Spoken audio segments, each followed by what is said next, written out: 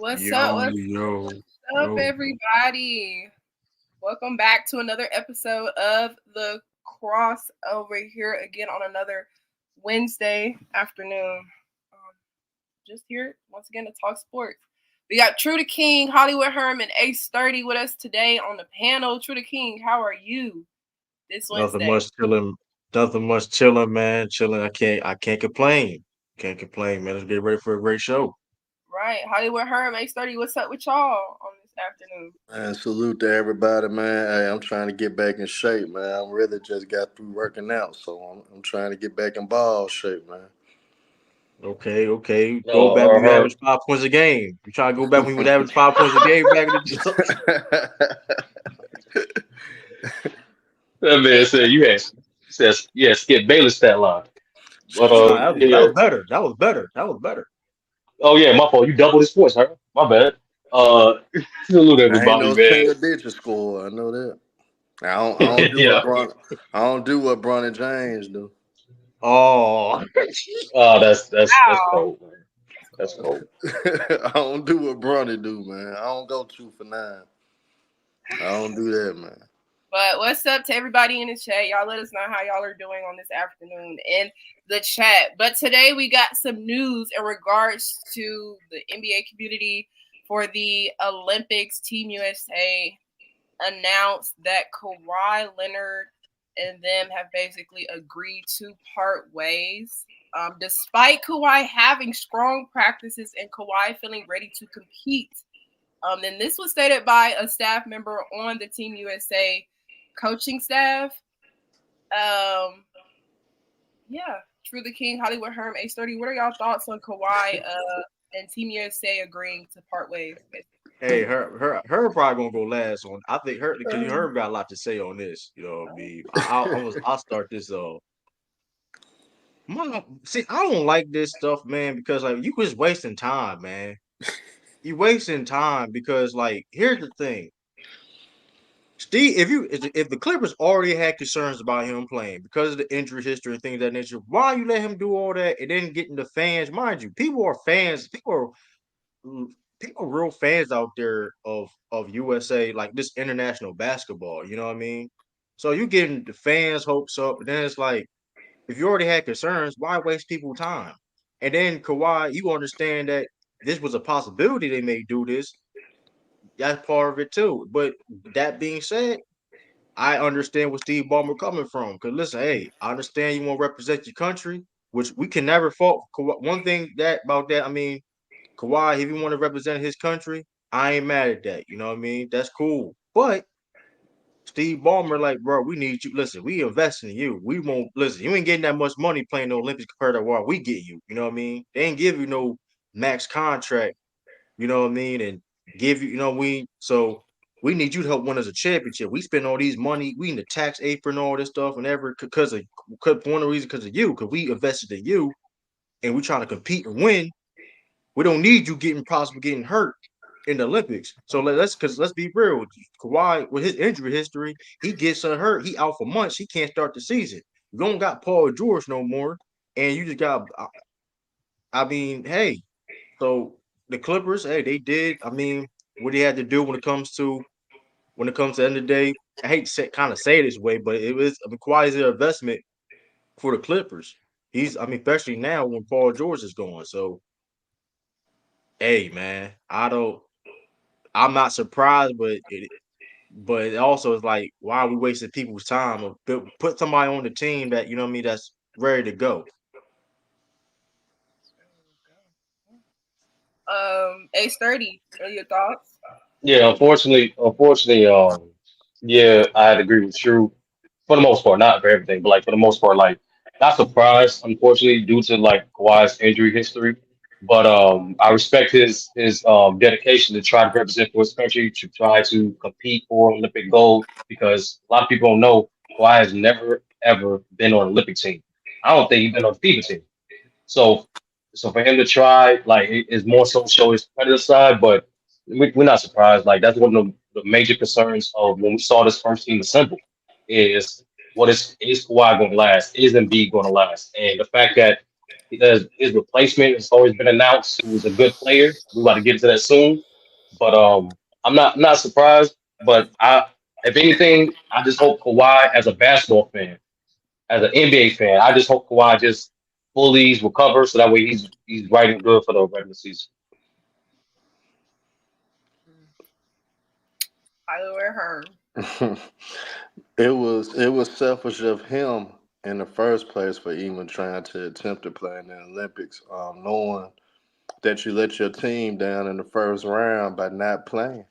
You had knee inflammation. Knee inflammation don't disappear. Knee inflammation, for the most part, happens all the time when you up in age and when you played in the NBA for a Pacific time.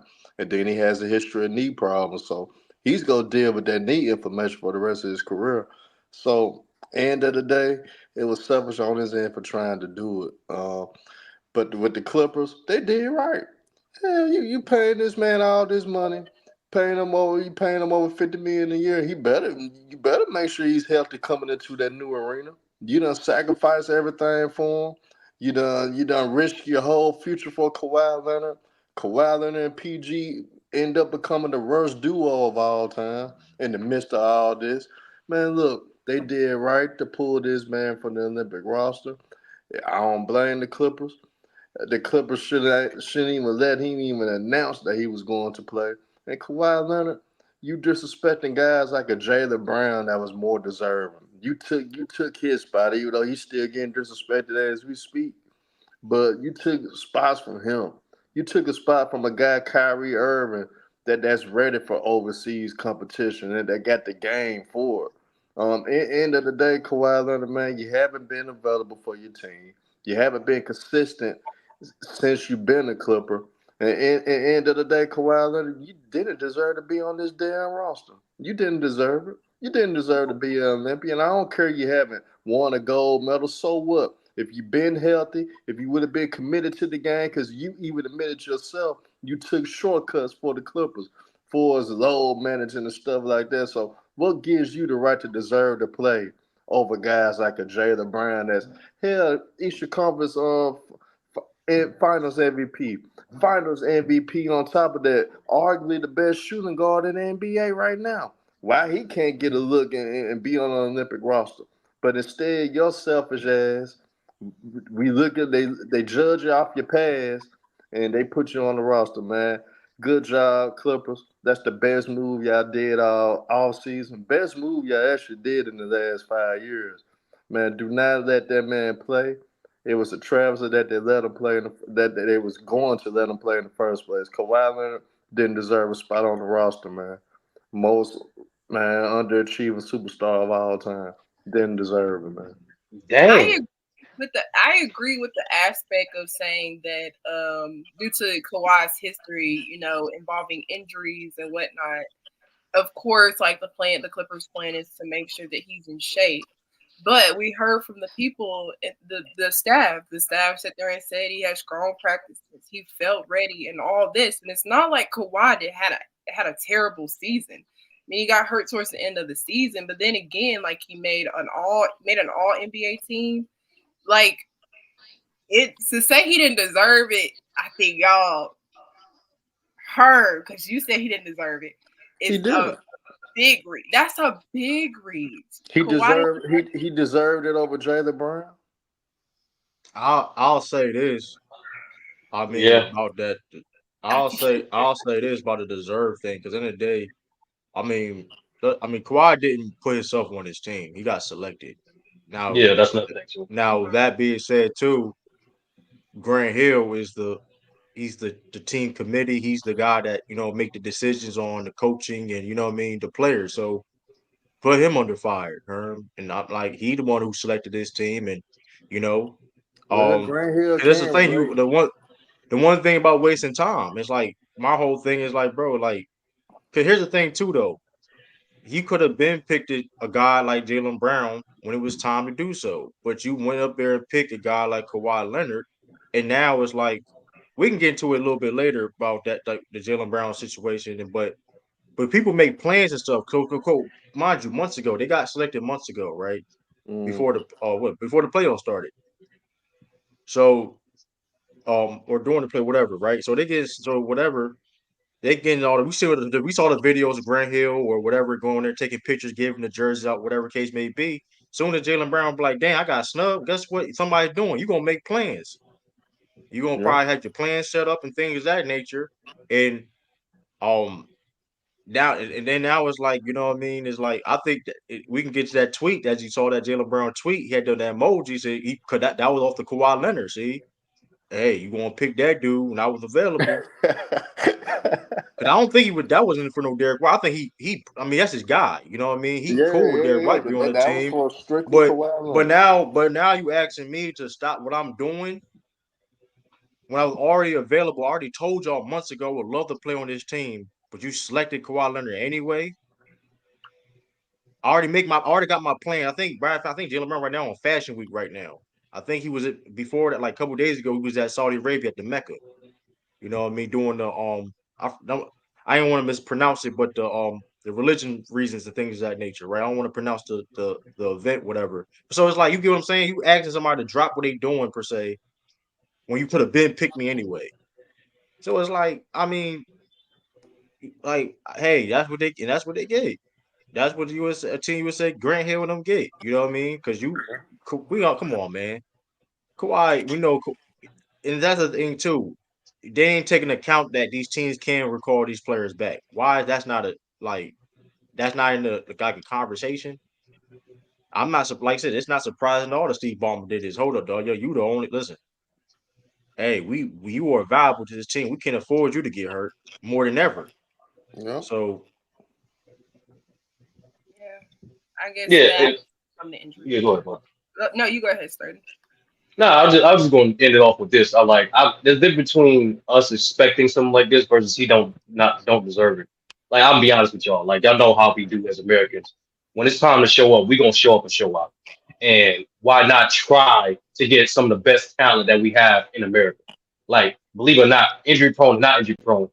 Kawhi is the top 10 American player that we have in this game today.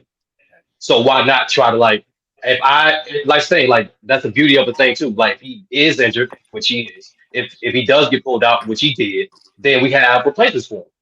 Period. So to me, it wasn't no. It was to me it was a low risk, high reward when you included Kawhi on the Olympic team, and he was more deserving of making it. Now, if anything, I'll lean on your boy Mario, um, Kyrie, which is the tryouts. Part of the tryouts of having the tryouts is not only the deducing of what talent is going to make the team, it's also to prevent things like this. So if there was tryout, there'd be a more extensive process to break down who are the more healthier guys, who are the and also who the guys that fit better. But because this is one of the first Olympic teams that they instead of one of the few Olympic teams that was since we participated in 1992 involving the pros that we just went for a selection than opposed to a tryout. So that these are one of the side effects of that. So, but at the end of the day, there's a good replacement for him. The guy just been announced, and we know who that is. Well, Sturdy, I feel you on that take, man. But end of the day, Kawhi Leonard is not a top 10 player in the NBA, man. Even when he was healthy this year, I did No, I not said consider him American. top. I said American player. I said Top American. 10 American player. Yeah, that's different. But Yeah, you know Kawhi what I'm Leonard. saying? We in the Olympics. Yeah, but Kawhi Leonard, I don't think he's a better basketball player than a Jaylen Brown right now. I think Kyrie Irving is a better basketball player than Kawhi Leonard right now. So, end of the day, those two guys right there that you could have had on your roster, those two guys go bring it. They could play on both ends, especially Jaylen Brown, what he showcased in the finals of how he was holding Luka 94 feet. We ain't seen Kawhi Leonard play defense like this since San Antonio, basically. Man, look, at the end of the day, they were just rewarding for his past, which was a mistake. Grant Hill, because he was injury prone, he probably feels sorry for Kawhi because he mm, went through the same thing in his career. Because Grant Hill could have been, he was supposed to take over after Michael Jordan, basically. That's what everybody thought. So he was an injury-prone player. So that's why I guess he sympathized with Kawhi Oh yeah, and that chose was it. Kawhi. Her. Oh man, I That's what feel it your is, pain, man. I Drew. want you to That's a be good part of point. history. That's what it Oh is. Man, man. man, y'all, Grant Hill can't Oh, relate, y'all, man. he Grant Hill cooking. can't Herm relate, man. cooking. Grant Herm Hill can't cooking. relate, man. Hey man, yo, I got that same cast. I got that same cast. Oh snap! I got that same ankle brace. Hey, but Oh, the they only changed it back in the day. Back in the day, it used to be low. They got it's more, more pad now though. But listen, all right, listen back. we get it, we get it. Kawhi's injury prone. So what did Mario? Oh What did Team man. USA to resolve Kawhi being injury, man? Like what did they do? Yes, Kawhi took that on the chin and respected the wishes of Team USA, and he obviously agreed to take his He time got no away from the choice. squad. And he really doesn't have a choice. But instead, they went and picked up a player who just won the NBA championship. They got Derrick White, which is I think is a good replacement for Kawhi in terms of wanting to gain defense and things like that. There were obviously some other names that people threw out there. Some people feel like this is Kyrie's turn to get picked, and other players. But I think Derrick White is probably was not. I ain't gonna say the best option, but was still a good option for Team USA to pick up. True the King, I know you're a Celtics fan. Are you happy to see Derrick White get picked to be the replacement for Kawhi Leonard? I mean, absolutely. Like I said before, he knows how to play. One thing about the Olympics teams, like it's not gonna be always superstar studded. It ain't gonna be like the Dream Team or maybe even the Dream Team Part 2 in '96, right? Where you have everybody's a star.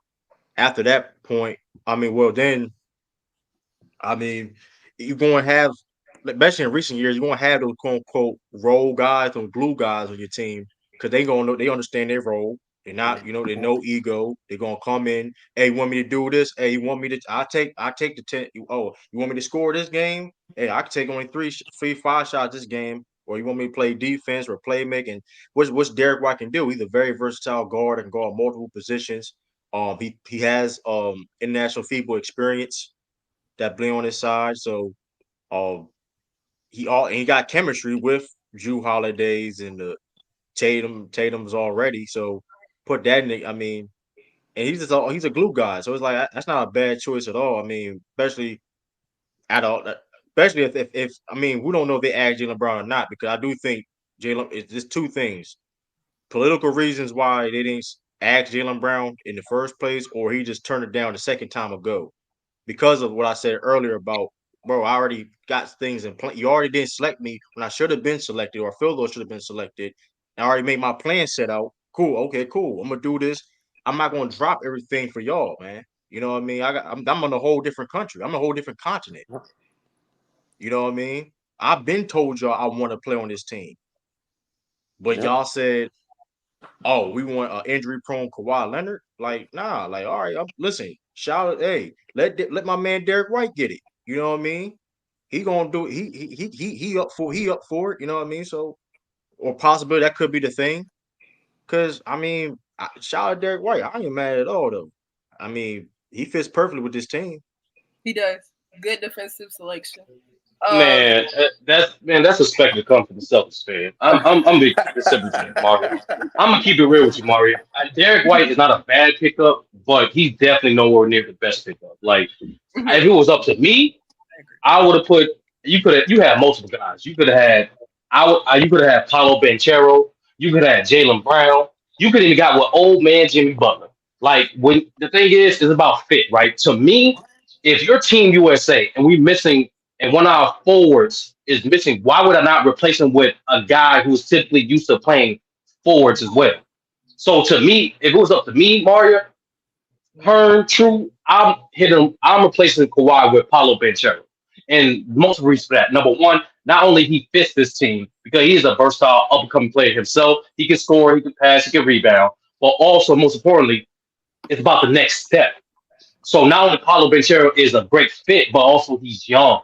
So we all know when young teams come from the Olympics, they take another leap in their game. You know why? Because they're learning from other elite players. I get to see LeBron, Steph Curry, and KD work ethic. I can dissect their brain. I can talk to Spoelstra and Ty Lue, even Steve Kerr on different things to improve my game. And nevertheless, that would make guys improve better because of the preparation and the backstory knowledge and the camaraderie they build with that team. So I think Paulo would have been a better replacement, not just for the now, but also for the future, because guys like him, Ant, Halliburton, and Tatum, all those guys that are 25 and younger are only going to get better because they're going to be learning from the old veterans of this USA team. So I'm not saying Derrick White. We all know Derrick White's a good player, but to me, I think the better replacement would have been Paulo Banchero, if not for Jaylen Brown. Okay. I had to.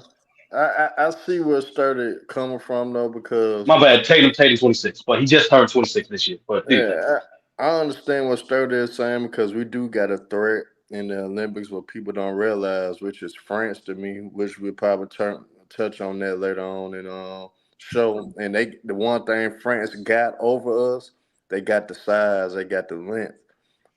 Yes, Derrick White to me. Oh, this is a great fit because he gonna do all the small things. It kind of remind you when we got Iggy in 2012. So he could kind of do those same things, and he's a better shooter than what Iggy was. And defensively, he's right there. So he could do those type of things. We know that. But I think when we go against that team, though, we do need more size, and probably Pablo could be that. But at the same time, though, I'm glad that somebody got an opportunity. Though we do need to see new faces. We do need to give other people opportunities that been through the grind, that's been playing hard, that's been giving out all night in and night out, and commit to the game of basketball, because that's what it's about. Unfortunately, with Kawhi Leonard, it's an argument. It's an argument with him being committed to the game of basketball. Derrick White, we've seen him out there night in and night out for the most part, giving his all for the Celtics. Was one of the most important pieces on the Celtics as well, coming off that bench, holding it down, changing momentums of games when it's elite shooting and elite defense. So, I mean, I'm glad he got the opportunity. I think it's good for the game. But I do see where Sturdy coming from, because I do think we do need, so we could have took the opportunity to add more size to the roster, though. But I don't see nothing wrong with it, though, at all, though. Yeah, but at the same time, that's true. But the guard, adding another guard doesn't It don't hurt either. It don't hurt it either. don't hurt either, especially when you got two guys defensively will be tested. Yeah. Devin Booker, Tyrese Halliburton, they're gonna be tested. Like I said, Derek, like shout out to Paulo, but you need somebody gonna do some dirty work. You're gonna need somebody gonna mix it up. He gonna lose a tooth. You see with Derek White, he gonna go. He lost a whole tooth. You need somebody gonna go. You know what I mean? That's going wait, to do Paulo the Paulo dirty work. didn't do some dirty work in the playoffs. I'm not saying Like I'm not saying he's not. Of course, he's big. He's gonna rebound. He's gonna be physical. I'm not. But Derek White is gonna go through them screens, navigate them screens. You know what I mean? He's gonna do he's gonna be effective doing less than what Paulo. Like Paulo has to, like I said, when Paulo. That's why I mean, listen, he didn't get picked for a reason. Let's not hold on. Shout out to Paulo, but and he's gonna have his opportunity. I do believe he's gonna have his opportunity in the next go around. But there's a reason why only two of those guys got selected to come back to this team at TUSA. Just say it. Just say it was a bunch of them dudes. It was a bunch of dude faces, you know what I mean? And they didn't get a medal. They didn't get a medal. So I wouldn't listen. Hey, Halliburton. Only reason why Halliburton on this team because he can pass. That's the only reason why he's on this team because he's 6'5" and he can pass. That's it. And we know Anthony Edwards is cold. Everybody on that was a disgrace. Listen. That last year FIBA team was one of the worst FIBA world teams ever represented the United States, and Paulo was a part of it. So yeah, he got to step his game up next time around trying to get on this team, man. He got I love Paulo. I love Paulo as a player. When it comes to you talking about the pickup game and the regular NBA, I actually agree with you. But hey, I don't know, man. I mean, but that wasn't Paulo's fault though. Like, remember, that was his first time competing in international competition, period. And then, so to me, like we just talked about, that's more so on the committee for choosing that team. We all knew, like at that time when they chose that team, we're like, where the veterans at? Where's the versatility at? Just like the D team. Forget the C team. That's Grant You know Hill. what I mean? That's on Grant Hill. That's Like, on. Listen, Fila gonna represent the team. Fila gonna be the new sponsorship. They serve her. that's crazy. That's crazy. Fila gonna be the new sponsorship. You was Grant Hill keep. You know what I mean? Grant sound. You know what I mean? That's Grant. But hey, Grant. Listen, like I said, Derrick White. When it comes to the shooting, the help defense, the on ball, like for what he has as a big, point guard. I'm not. I mean, listen, and we already a big. Technically, already a big team anyway. So I mean, we already got. I mean, we got Joel Embiid and Anthony Davis and Bam. So it's like they stay healthy, but we can get to all that. But like they, you know what I mean? Tatum like 6'9", 6. You know what I mean? I mean LeBron. You know, like we already got. We bigger than we the biggest team in the Olympics. Technically, And, nah, I think France still got us by average of height, but they doing some finesse stuff. But we're gonna talk about it man. later. Look, Yeah. them unathletic jumper, them unathletic. Hey, they They finessing, got man. They got some brewing in France, man. No, he talk about other injury concerns and but Mari, what do you mean by that? Like what you talking about? One thing that I do like that Trudy King did mention was the fact that it's not about finding the best player. It's just about finding the right fit. It's always been that one odd person that probably shouldn't have been on Team USA. And this year we just got Derrick White. But that doesn't mean Derrick White is a horrible basketball player. He'll fit, he'll do the dirty work. So I F with the pick. But in other news, of course, we know Kawhi has taken a leave from the team due to trying to stay healthy for next season. However, there are some players we got on Team USA that aren't exactly healthy. Kevin Durant is currently dealing with a calf injury. If I'm not mistaken, he has missed certain practices and everything like that. We got Curry, who is rumored to have a hand injury. And we got Embiid, that is currently out due to a knee injury. So some of these players might get replaced. You might not see them play. They might have to take a leave like Kawhi had to. But A30, what are your thoughts on the injuries that we currently have? Do you see these injuries being bad enough for us to have to replace them in the future? I think the biggest. I'm not. Let's keep it real, y'all. Like the guy that we gotta look out for is Embiid, and the reason why that would be a huge blow for us if Embiid somehow gets hurt and he gets out of there because that's part of our size. We're talking about we're talking about the best center that we have on this team. Let's be honest. He's the only legit center on this team. Yeah, we got Bam and AD. They can play center, but he is the legit center, and he's a matchup problem. So there's obviously him. I think KD's according to reports, KD been dealing with his calf strain since the playoffs. But like he's on his latter stage of recovery. For Steph's hand, they saying he's getting checked out, but it's not too serious. But not, of course, Embiid's the highest concern because let's be honest, we can if KD goes down, there's other forwards we can replace his scoring with. If Curry goes down, there's other guards that we can bring in to replace his scoring with. Embiid goes down, there is no American center that can replace what Embiid brings, especially when we go against certain teams in the groups, and we're gonna break that down later. So I think like we all knew going into it, there was major injury concerns, but like the new development of KD dealing with a calf strain, Curry might have a hand injury. To me, that only that only puts on a higher concern for Team USA.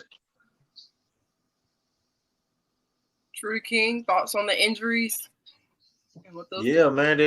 They are concerns, man. Cause like I said, man, like these injury prone. Listen, all of a sudden now these guys want to be part of history, I guess, huh? They want. I mean, they just I understand that shout out Joel Embiid. You know, what I mean, he got his citizenship taken away. Not shout out. Yeah, that's a crazy shout out. Shout out. Hey, now I ain't gonna shout out that he got his citizenship taken away. Um, in Cameroon because That's but cold hey. blood, man. But he ain't. But listen, Cameroon feel betrayed, and technically speaking, we all know how this stuff goes. You blame them? They have a team too.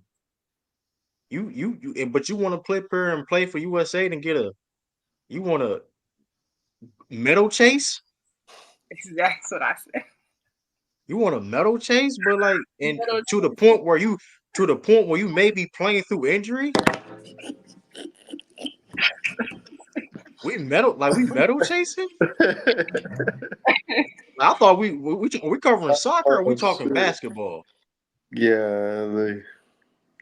Cause I thought, like, cause shout out to my soccer fans, you know what I'm talking about. Cause that conversation, those were important. You know what I mean? Those Messi and Ronaldo conversations about the cups. You know what I mean? But are we doing that in basketball now? Medal chase?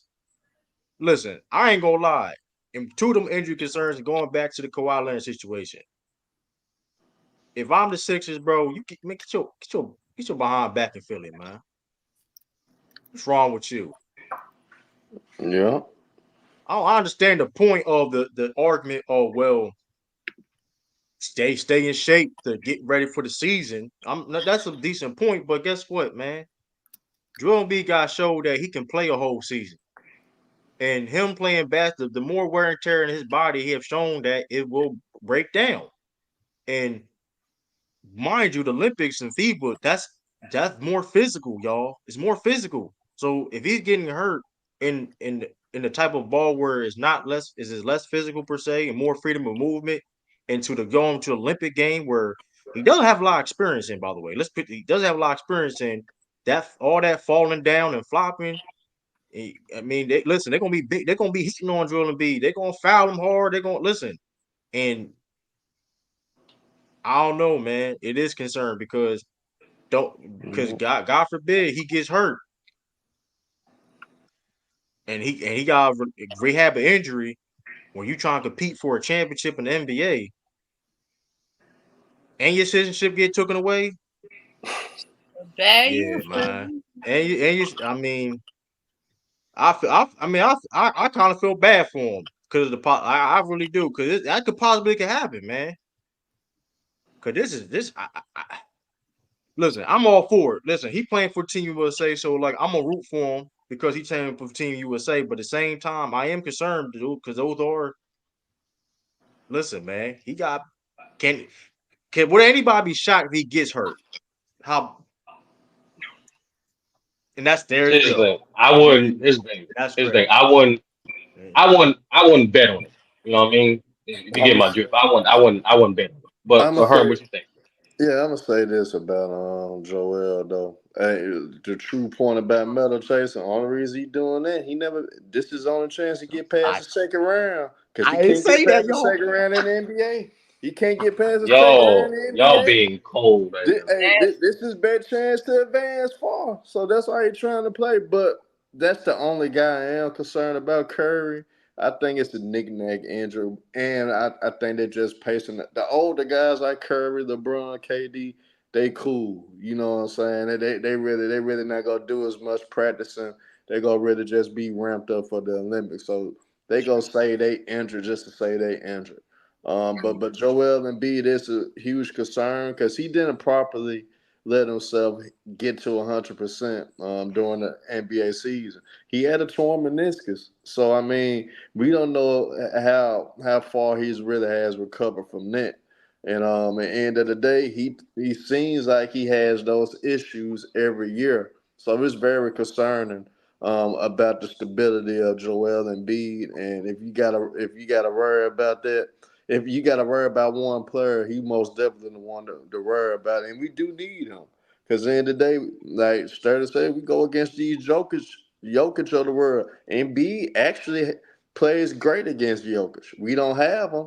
Now we go have only two big men, and they gonna be in a tough situation with Jokic, and not only that, they gonna have other bigs that are physical, that are bruisers that would do all the small and dirty things. So Bam and them could get worn out. So we do need Joel Embiid, but at the end of the day, I agree with True when it comes to Joel Embiid. End of the day, I think he is medal chase. And I think this is I think this is opportunity to actually advance far in something because we know in the NBA throughout his whole career hasn't been past the second round. And Hasn't he's even. trying to be MVP of this team. He's trying to be MVP of this team Hey, too. I heard he Man, trying to be. man, ain't none He's trying wrong to be with medal MVP of chase, this team. bro. Bro, why are we pretending, bro? Like this is the Olympics, dog. This is we America. He This should have we played for his USA. country though. He should This have what played we for his do. country.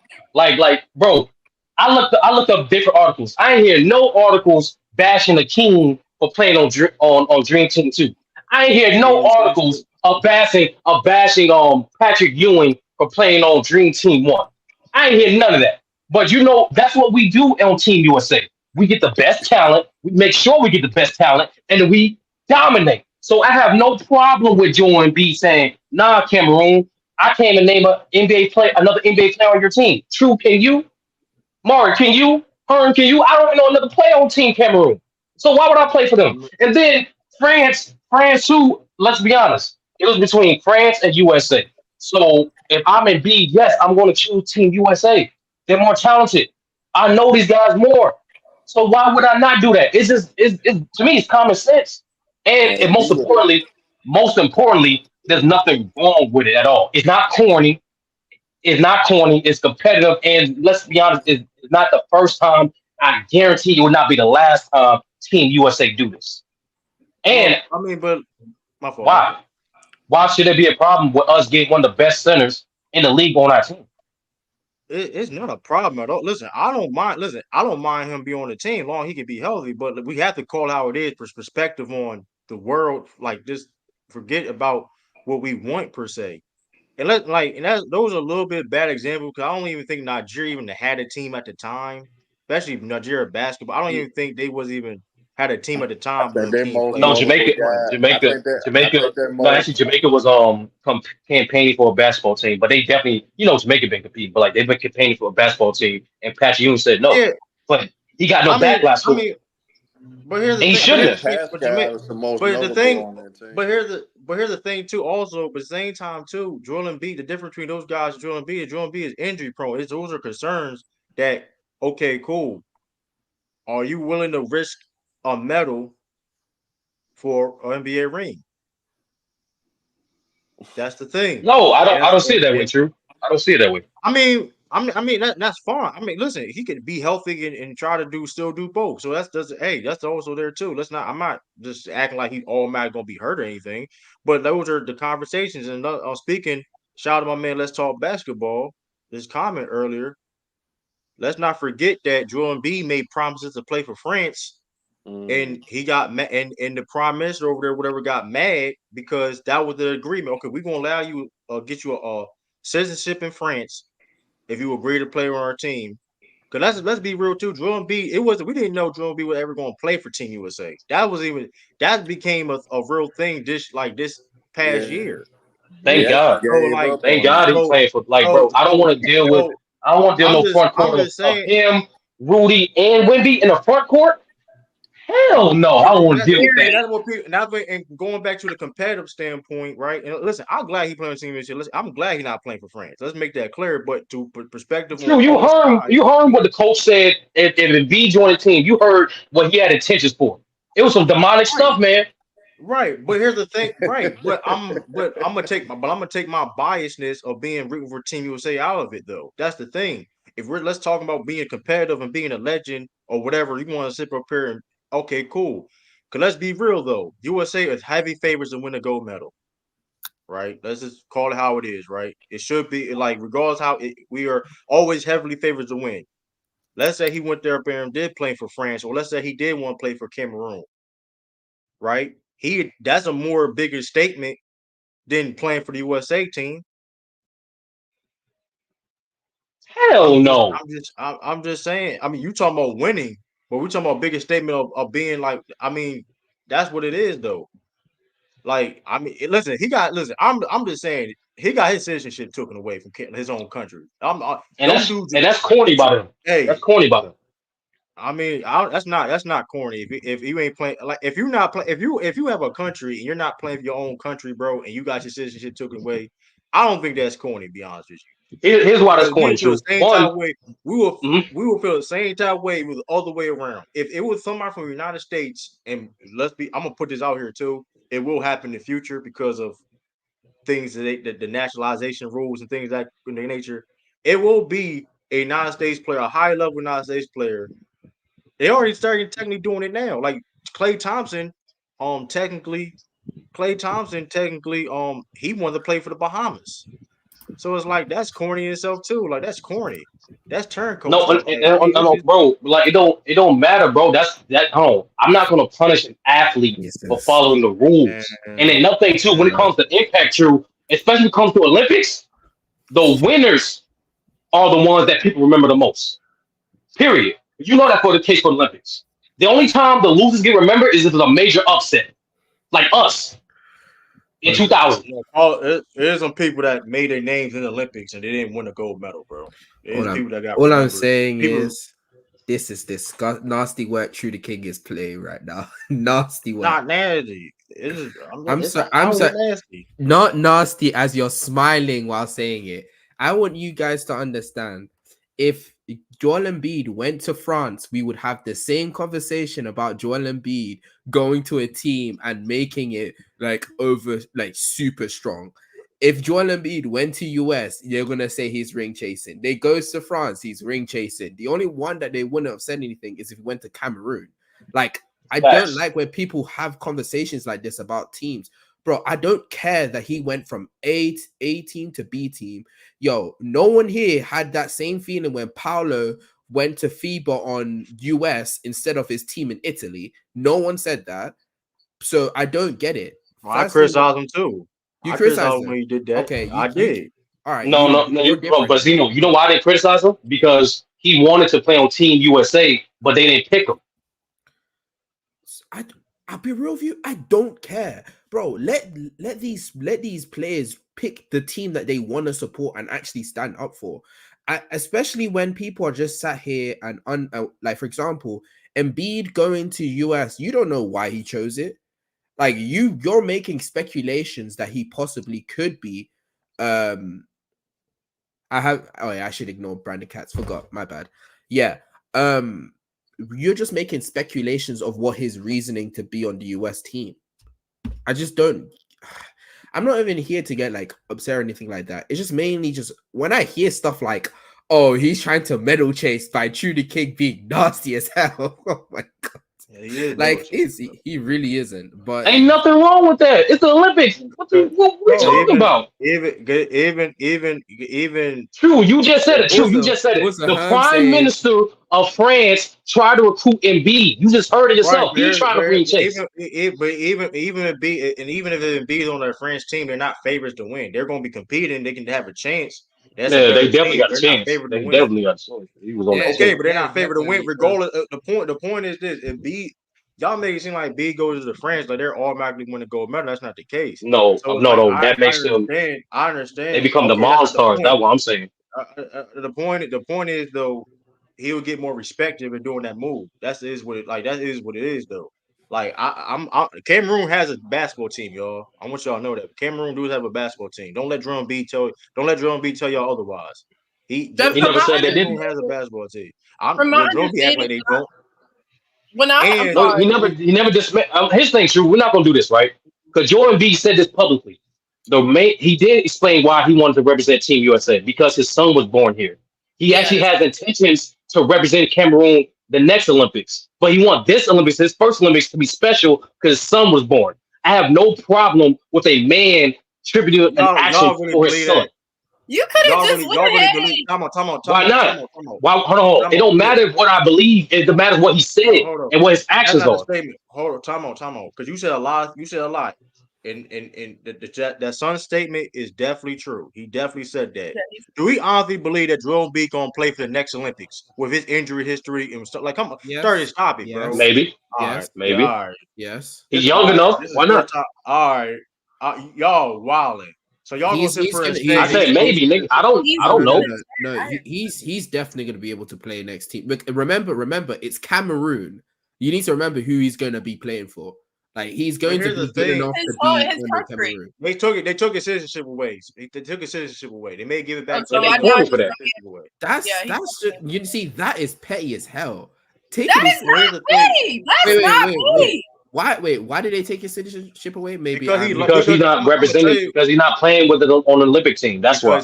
because he hasn't been truthful. Because he hasn't been truthful, bro. It's been reports coming out saying that he promised to play on the French. So, hold up, let's call it how it is, bro. Like people don't want to talk about it, but these are He never promised to play on the Cameroon team. He never promised to play on the Cameroon team. That I never said that. But here's the thing, to play everywhere but his hometown. He made promises that he can't keep. So with that being said, we go off the track record. Cameroon is not going to believe the fact that he's going to play for this team. Why even can't just play for us now when we know when it comes to Olympic and international play, chemistry is a big part, right? So we want to start the foundation now to get better. We don't have like why are we waiting? You was hurting the team for not helping us get better when it comes to building chemistry and things of that nature. So it's like that's kind of like him on the because having him on the team alone helps the team.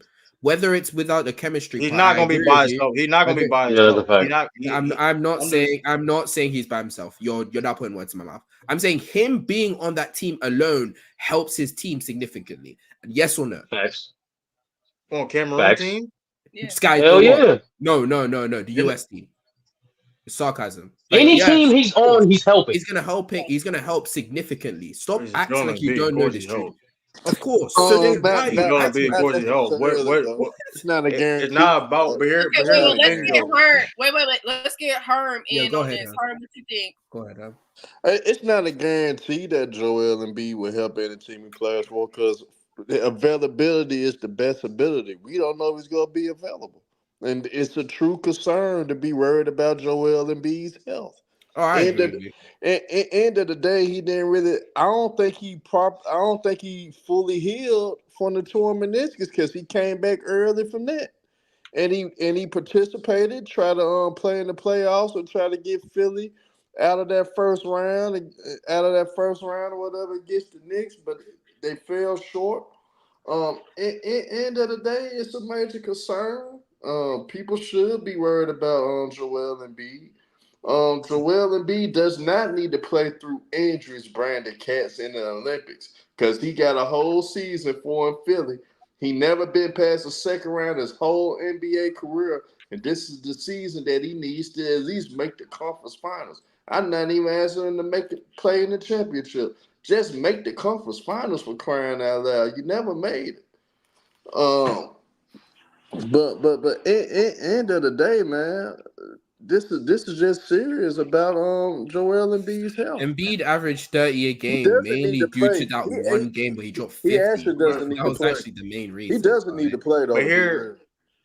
But here's the thing too. Shout out to rebranding the chat. But here's the thing too, though. Like, and going back to that point too. Like, if why are you feeling you letting this man play?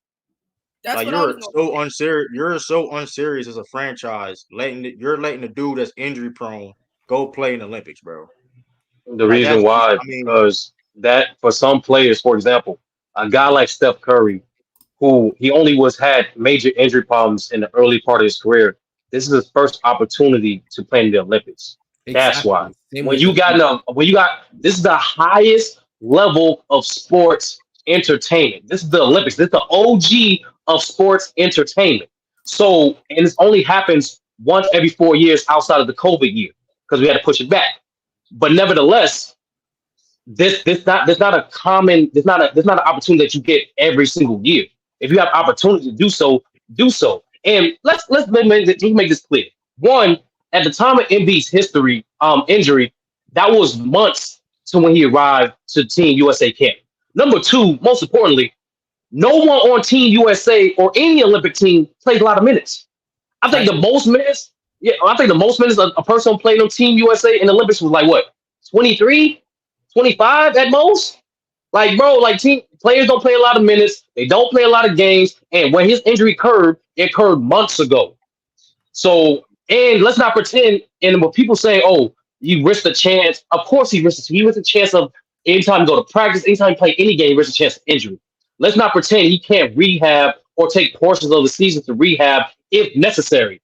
And this is brought on if, because we don't know if he's going to break down during the Olympics, and we don't know if he's going to be 100% healthy for the Olympics.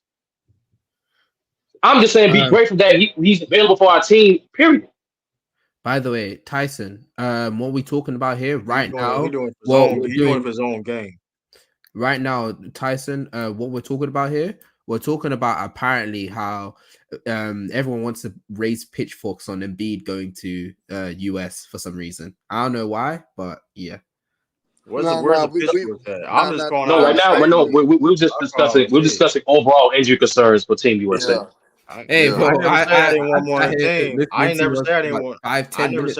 15 minutes about Embiid. I said, oh wow. I never said I didn't want him on the team though, but like I mean, I just got called how I see it, and that's all it is though, man. I just don't. I mean, I just don't get how people nothing wrong with that, man. I don't think how people recognize. People don't recognize that some of these players, like Study said, Steph Curry, Embiid, Kawhi, these are like their first times actually possibly being in a position to be in what's called the Olympics. And I don't get how people don't recognize that they want to take advantage of that as soon as it was called like the first time that it comes around for them. Hey, in life you don't get everything you want, man. But I'm super confused. But in life, you try to get stuff that you want. But go ahead, Mark. I'm super confused on the fact that they decided to take, decided Kawhi wasn't fit, despite Kawhi technically being more healthy than Embiid, if I'm not mistaken, at the moment. Kawhi's not. Actually, Kawhi's not healthy than Embiid, which is crazy to think about. That's crazy when you think about it. But dude, Kawhi not healthy at the moment. Marco with this description, man. So Kawhi's not healthy at the moment. Who knows? No, his knee keeps swelling up like constantly. He's dealing with inflammation. Yeah.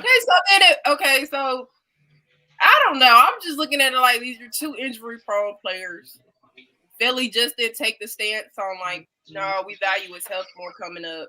I guess the Clippers decided, like, no, we need you to be healthy. So I guess I also want to say, sorry to cut you off, Mario.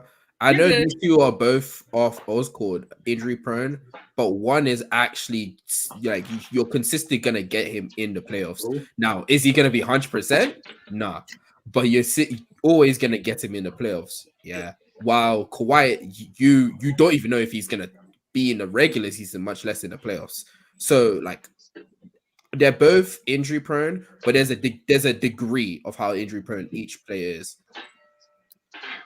Okay. Yeah, I agree with that. Well, we are kind of comparing shit to shit. So. All right, we kind of go in circles. We got to move on to the next one. Mm-hmm. Yeah. Well, next up we got the scrimmage that took place between which two teams? Team USA and the select team. And Team USA beat them. So I'm assuming Cooper Flagg was on the select team. Yeah, I remember hearing that. Yeah. Cooper Flagg, man. He looked comfortable. Apparently, baby bird. Oh hell no, we ain't doing that. True, he not baby bird. Baby bird. He's something else. He's something else. I swear, you guys just see white to white and say bird. That's crazy. Bird, I mean, but Zeno, I'm not, bro. This white boy here, this white boy right here, this one right here that you seeing on screen. This one right here that was competing in the selected games, bro. He the next one up. He the next one up. Like it's like there's a reason why True is capping saying he baby bird. Bro. We talking about a 17-year-old dog, a 17-year-old that if you saw that selected team game, he was holding his own. He was strong. He had good instincts. And most importantly, he showed crazy versatility from helping on the boards, playing some good defense, making perimeter shots. Cooper Flagg is the truth, dog. And then, so to me, that scrimmage game, because I'm not gonna lie, a lot of people, let's get this out of the way. A lot of people over exaggerate. Oh, Team USA only beat that team by 1 point. How are we gonna do in the Olympics? It's just an exhibition game, dog. It don't mean nothing. For those who don't know, the Dream Team got beat by a college team, dog. It didn't matter.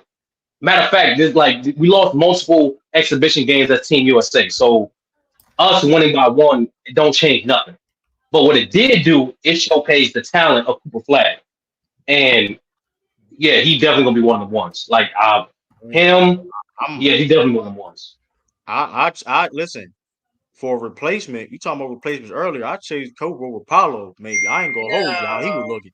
I ain't gonna hold you, man. Miles, but hey, listen. How he would listen? I'm telling you on that, Maria. You look. Do y'all saw these? You saw the scrimmage?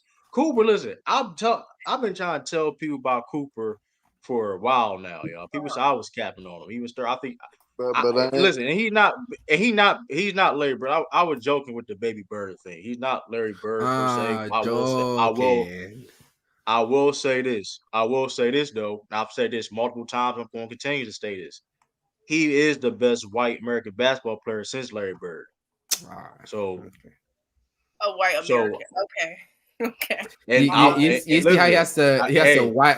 hey. He's showing that Well, shit. You because see like I how said, he, you Luca. saw Because he listen, forgot. because You because saw he y'all, forgot because of y'all, the Luca. great white Celtic, Gordon Hayward like Hey, that. Do your thing, True. Do your thing. I mean, you got Kevin Love. We gonna disrespect other like white American Yeah, basketball players. I know. Like, I'm just saying this how good he is though. You know what I mean? Like, I mean, he's a rare talent. Like, I'm just saying the reason why I'm saying that because there's stereotypes of white American basketball players in today's game. So he's not one of them. Like he's not one of them. He's a generational talent. You know what I mean? He's a generational talent. Yes, he's a generational talent. He has a he got a hey, he's in the right and listen, his development, this is great development. You go who people don't have people they ain't even play college ball. You playing to get the select team and get to pick the brains of LeBron and Jason Tatum and Grant Hills and things of that nature to help develop your game to get better and get to take advice. Listen, hey man, he stay healthy. He keep doing what he doing. Hey man, listen, he future first round draft pick, future first round number one draft pick, y'all. Oh, definitely. He going number You one. know what I And mean? also they on your neck in the comments, True. How did you forget about Kevin McHale? Yeah, you can't I just stand, I make stand, Lakers. I Last stand time on I that. checked. I Last time I stand on. I checked. know what I said. What? I know exactly what I said. I know exactly what I said. That's why I said it. Shout out Oh to Kevin wow. McHale. See, true. All you He, had to do he was said the adjust beat. your timeline, but you want to stand on that? He said I The stand on I that. McHale, stand on the that. man of I 100 stand on moves, everything. nigga. Hey, I think Herm heard me say it multiple times. Like I stand. I said what I said. I've said it a year ago, and I'm saying it now. If I'm Man, lying, Herm, I'm gonna bro. say. I think Herm remember me saying this. You heard me say this multiple times too before the crossover started. You know what I mean? I said it on my channel, True to King TV. Go subscribe with Derek. You know what I mean? While I'm saying these different things. You know what I mean? You know what I mean? Hey, listen. I mean, you can say it's a clown take, but I said that he listen. I listen. Start. All right, listen. Dirty can tell you this. Everybody can tell you this. I've been having high hopes in Cooper for a long time. So it's like that's cool. Yeah, you I can have be for wrong. real though. I can be wrong. I can be wrong though. So I mean I can hey. Mm. Cause But I how you am. been heard? Let's get your thoughts. I'm not gonna overreact with the Cooper Flag thing because Sturdy brought up a good point to where we seen the select team as well with the college kids at Grant Hill, C Webb and them boys dogged out the dream team in '92. So I mean I'm not gonna overreact to that, but don't get it twisted. This whole draft class, the 2025 draft, it's some jewels in it, it's the gems. Anybody that got a Yeah, top 14 pick in this draft, they gonna get some. It don't matter They you 1 through were. 14. You gonna get somebody good. This draft is damn near gonna be compared to the '96 draft. That's how good this how deep this draft is. And y'all remember that '96 class. This how good this draft is going to be, and even compared to the '03 draft class with LeBron and Wade and those boys as well. So I mean, this is a great group of talent. The future is bright for USA basketball. It's just that the thing is, we just got to get more discipline. We got to get more guys to be willing to do the dirty work. And I think as long as we tighten up those things, I think with this future selected team that was out there competing, man, we gonna have a good future for Team USA. But Cooper Flag, he is legit. He's a guaranteed top 3 pick. Probably he will go number 1, but he's guaranteed top 3 for Watch sure. out for them booster twins. Watch out for them booster twins. See, Oh listen, I don't know yeah, ball though. I don't know ball though. I don't know ball though. You know what I mean? Y'all ain't know who the Cooper, booster twins is. yeah, but Cooper Flag, he's a 3 level scorer. He can handle the rock. He can get his own shot off. He's actually a physical player as well. He could play defense. He's good at ISO. Man, Cooper Flagg can do everything he needed to do on the floor. So Here I we go. mean, Here go Cash down on the nobody's hill. not overreacting. Nobody is not over exaggerating how good he is. I'm just That not gonna man's overreact because we've seen college kids cook Olympic teams right. before. So you know what I'm saying. That's why I'm not overreacting. But Cooper Yeah. Flagg is the truth, though. Don't get it twisted. And I can stand on being overreacting, whatever. I can. Hey, I can take the punches and you know what I mean, whatever. But you don't see this. This is not normal. What we saw this past couple, like that's not normal. Like a under 17-year-old out here giving buckets and was leading the select team for almost victory in this. And it's a scrimmage, right? But still, like you don't even get invited to those places. How many people you know that was 17? You know what I mean? That ain't even played college ball yet. Get invited to a select team to get some good runs in with the best players in the Yeah, world. that's crazy. A special So talent. like, I mean, you can It's say what special you want, talent. but You got KD, man, AD, LeBron. They did it. Kobe that did it. never Like happened. all these special It's never talents. happened. It's never happened. I mean, so it's like, I mean, hey, you can call me a glazer or whatever case may be. That's KG.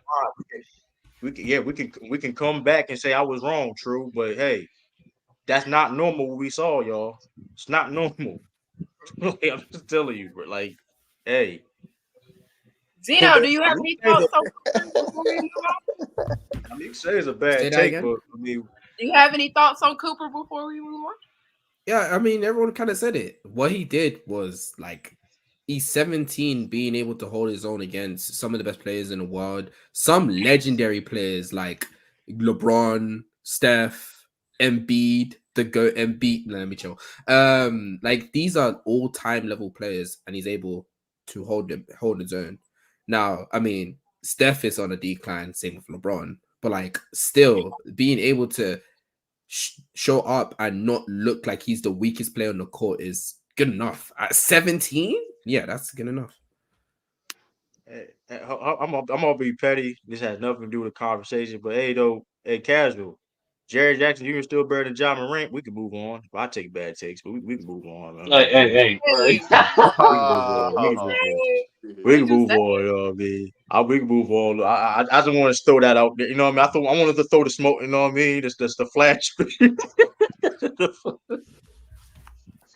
hey, hey, wow. hey, man, hey, man, it was a bad take. We can come back around and say, "True, you tripping, man. This man Cooper up." But yeah, hey, I can, you know what I mean? But this dude's the truth, man. You know what I mean? So It's true. Sturdy. Next, we got the groups. Sturdy gonna break that down, right?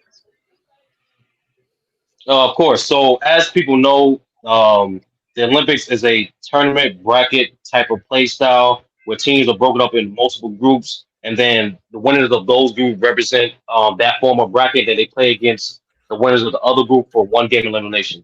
For those who don't know, these are the group for this year's basketball. We got Group A, which is Australia, Greece, Canada, and Spain. Then for Group B, we got France, Germany, Japan, Brazil. Then for Group C, we got Serbia, Saudi Arabia, Puerto Rico, and the U.S. So based off, I want people to look at this again. So based off what you guys see on your screen, right? Mm-hmm. What team is the biggest threat to Team USA? Mm. in a group orders, period. Period. What country? Because France. according to the FYF discourse, which you should join, is in the chat. We had a poll for the community, and even in that poll, the community voted France. But nevertheless, we all obviously USA is the hands-on obvious favorites to win. I believe they're currently at a they have the highest odds. I think last time I checked was like minus 900, some crazy odds like that. I mean, I'm trying to get the current odds, but nevertheless, yeah, the current odds for the USA team is minus 400. For Canada is plus 900. For Serbia Dang, is plus Why is 1100. that, For why is that France is very plus different? 1400, and Greece is plus 1800. So and every other team is plus 2,000 or more. So we are a far favorite, but nevertheless, this is a 1 game elimination. It's especially the deeper you get in the tournament. So nevertheless, who is the biggest threat to Team USA? Who want to go first? Hey, Zeno, because Zeno, the most international qualified person on the panel by default. Qualified. You just want to throw me. You just want to throw me. Technically ain't true though, bro.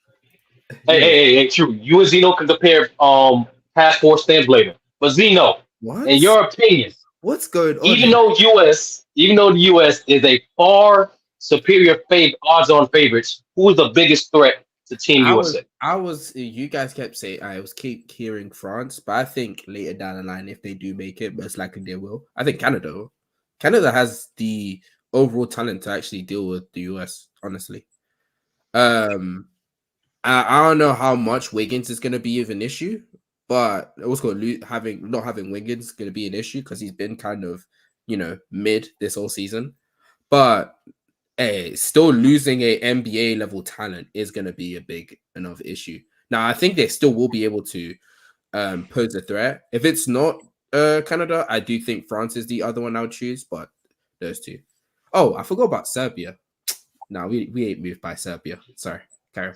All right, for those who don't know, the people that's on the Canadian 2024 team is Nikhil Alexander-Walker, RJ Barrett, Kim Birch, Dylan Brooks, what's his dude, brother? Dort, Melvin Elgin, of course, SGA, Trey Lyles, one of True's favorite point guards in the NBA, Jamal Murray, Andrew Nembhard, Kelly Olynyk, and of course, Reed Brandon's favorite Mavericks player, Dwight Howard. Now the thing that I heard. Sorry. No, go ahead. The thing, because I chose Canada as well, and Canada would have had Zach Edey, but one of the best players over here right now, Zach Edey. However, he declined. I don't know if he declined, but I think he just chose not to participate because that's wild. He's focused on what he about to do for my city, which is good. He about to get cooked. You about to go from not being in the playoffs to being in the play-in. That's crazy. No, playoffs bound, baby. So I like the choice that Zach Edey chose. But Zach Edey, like the Canada team, I think that they do lack depth. Not depth, but big they man. lack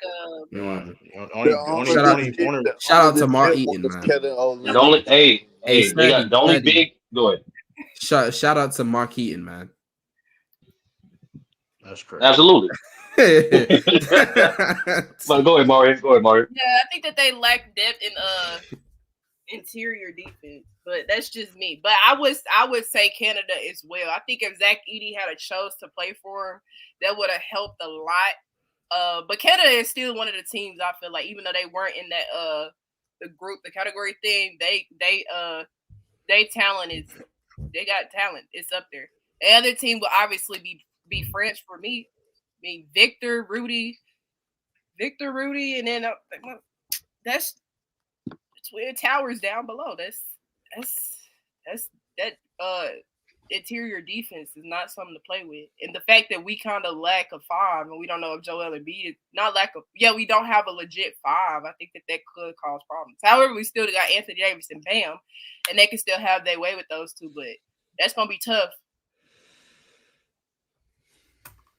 I'm gonna be honest, man. If I had it, I mean, I think French probably going to be like the maybe the challenge per se. But I mean, I got high expectations for this team, man. If we stay healthy and we do what we need to do, we need to smoke everybody, man. F everybody. I don't care who. All these no one's saying these teams have a chance to beat us. We just asking who's the biggest threat. I'm gonna make it clear. No, I'm just making this clear. I know that's there. I'm just gotta make that clear though for everybody. I'm just looking at the chat. I know I'm like, listen, man. Like, I think, listen, to that, and that's what I'm saying. To that point, those 30. I think French. If I had to say French, maybe out of all the teams, is the I think the second best team, maybe. But We gonna smoke everybody. I don't want no excuses. Like if we lose by listen, I'm telling you this right now. If we win by 10 points, I'm gonna be mad. It's unacceptable. Like 10 to 15 points, like we ain't doing that. Like I'm cousin. Like, hey, you gotta do a better job. Like we need to dominate. I'm sick tired of all these European, all these international talking about we this and that. The game caught up, man. Oh man, wait, what's up then? We gonna prove your point then. What it is then? You know what I mean? Because another player that was MVP conversation ain't in the Olympics right now. We ain't gonna say no names, Luka, Doncic, and Sylvania. But listen, you know what I mean?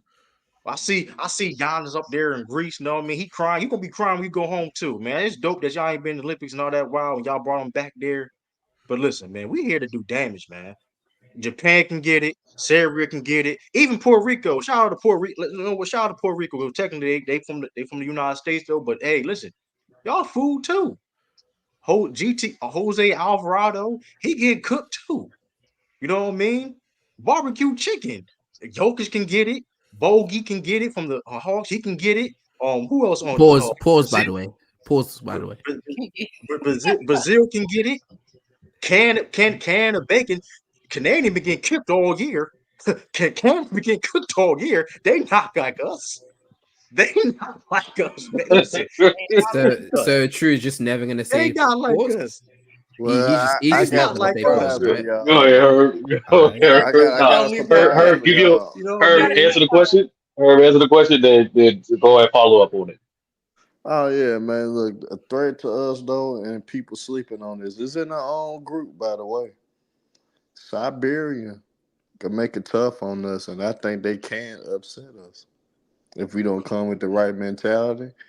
And if we play their game, which they will be very physical, they will try to use that size because they are bigger than us.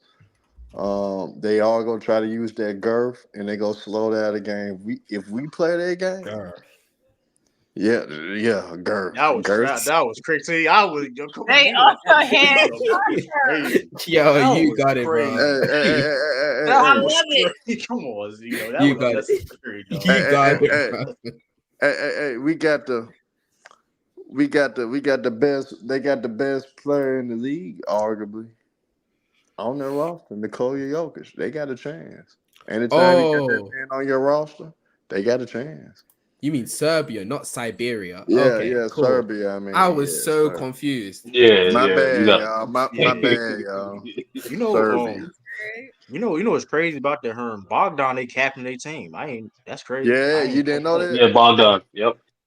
And All right, Bogdan for got those, buckets in He'll international hoop. play. International play. He got He a buckets in baller. international play. here's some for those who don't know, here's some familiar names. I'm not gonna say all these names. Some of these names are crazy, but here's some familiar names that's on that Serbia team. We got Bogdan, as you just mentioned.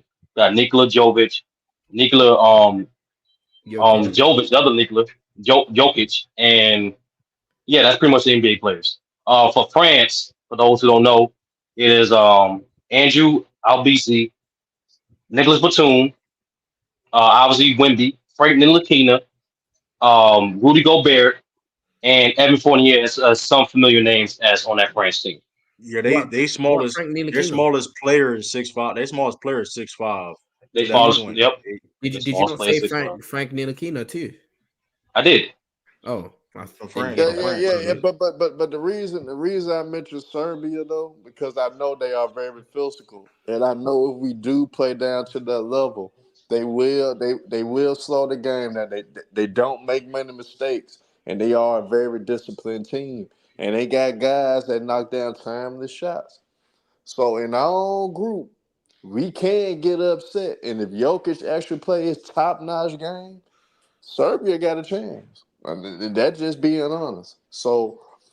Especially with the questions of Joel and Embiid. So, end of the day, I'm not sleeping on Serbia in our own group, but I think the team that absolutely has the better chance to beat us, though, is France. Because people sleeping on Wemby. Wemby is coming, y'all. And Wemby is legit. He's not going to be on minutes restriction like he was in the regular season in the NBA. Man, he's gonna come ready. They got the length, they got the size, and they got some unknown guys that are very athletic, lengthy as well. That you guys don't know. So I think France got the best chance out of everybody, but in our own group though, Serbia could be a problem, especially if we play their type of game, which is possible with the best player in the NBA on their Yeah, team. but I do think though, man. Like I not and shout out to the mother. I don't want to downplay those. I don't. I mean, we don't. We should like. That's why it's important in these stages now, going to the official games to get the reps in and things of that nature to practice, get the chemistry going. Because those are the things that the other teams have advantages on the US, right? Mhm. But we need to dominate. I don't want to hear. I don't. I feel you, and those are the concerns with her, which is valid. But we need to dominate. I don't want to hit. Listen, we need. I don't care who's out there. Jokic can get, like I said. Listen, we seen them dudes running past Jokic get into that paint. Let him be in that paint. We want to. Hey, attack, attack, attack, attack. I don't listen. Hey, man, we coming for blood, man. I don't want to So Team USA, man. for those who don't know, this is just the reason why any team can get beaten in the Olympics, which the Team USA has lost in the Olympics before, is primarily because, as Herm and True alluded to, the chemistry, but also the rules. Like I'm giving you, I'm giving the audience just a few difference of rules that a lot of people don't know. One, the court is slightly smaller. Like typically, the NBA court is 94 by 50, and the international court is 49 by 92. Number two, the game is slightly shorter. Typically in NBA, as we know, it's 12-minute quarters, and an international game is 10 minutes is 10 minutes quarters. Also, a biggest thing, the reason why we mentioned the biggest stretch of the team as the biggest teams in the Olympics is because there's no Biggest defensive NBA. 3 seconds. Yeah. There's no three in the key. So bigs are allowed to camp in lane as long as they want. Yes, bigs like Luca and Rudy can camp in the lane as long as they want. And obviously another Luka? thing too, Rudy Gobert. I apologize. Okay, cool. Another thing too that benefits the size in international play than post NBA is the goaltending rules. Once the ball bounced at least one time on the rim, you can hit it off the rim in international play. So the goaltending is way more flexible in international than opposed to NBA. And last thing too is the amount of fouls. In the NBA, the foul limit is 6 fouls, then you out. In international play, it's only 5 fouls, then you're out. So at the end of the day, the reason why we are highlighting some of these teams as being a threat is because of the things we pointed out. They have the chemistry advantage, but most importantly, the reason why Team USA scrimmage and do all these exhibition games is get used to the rules as well. Because those rules they make a huge difference. You tell me I got to play against Wemby and Rudy Gobert, and there's no defensive 3 seconds. Yeah, I need time to adjust. Man, we beating them by 25, man. I don't want to hear that, man. We need to beat them by 25, man. Listen, man. I'm not guaranteeing that, by the way. Let me put that out there, but we need to. And the reason why that's a big deal, true, because I'm not gonna lie. Obviously, I'm USA forever, but if a dude like Embiid goes down, which is a high chance, you're going that gonna make Man, things way we harder got when we face replacements. France. We got We face replacements. France, bro. We got replacements. We act like we don't have bigs in the Hey, United States. I seen AD play against other international bigs during the season, and And he ain't by himself. He ain't by himself at the time. We talking about USA AD. We ain't talking. See, that's the thing. Forget all that. Because listen, we giving them these guys, some of these dudes, role players in the international game, they turn into superstars. You know what I mean? So listen, But this ain't true, gonna be the same AD. nah, but true, no, it's you called could respecting your you could be competition. Like I understand, like you, like Yeah. yourself, and having confidence, but like there's guys like Diesel in the chat. It's just simply fact. It's called respecting your competition because any team can get beat in a single elimination game. We Absolutely. lost before. and true. And guess I, what though? Guys could touch you in FIBA. FIBA rules, I you know, can get and we, touched. hey, the USA gonna be And we part of don't that like to. too. We typically don't like to get touched. Anthony I mean, Davis don't listen, like to be man. rough and physical. I, Anthony Davis hey, don't like man. that. Now here's the thing. Now it's funny how listen, B is a concern though. But listen, we all do because a lot of people earlier in the conversation said thing of B gonna be healthy. You know what I mean? But I'm just going off of that now. You know, B. Listen, they don't want anything for no Embiid. Come on, Bam, Bam, AD. Come on, man. That's one. What? That's gonna be a legendary USA team. Front court. Front court. You know what I mean? That's big. You know what I mean? Come on, man.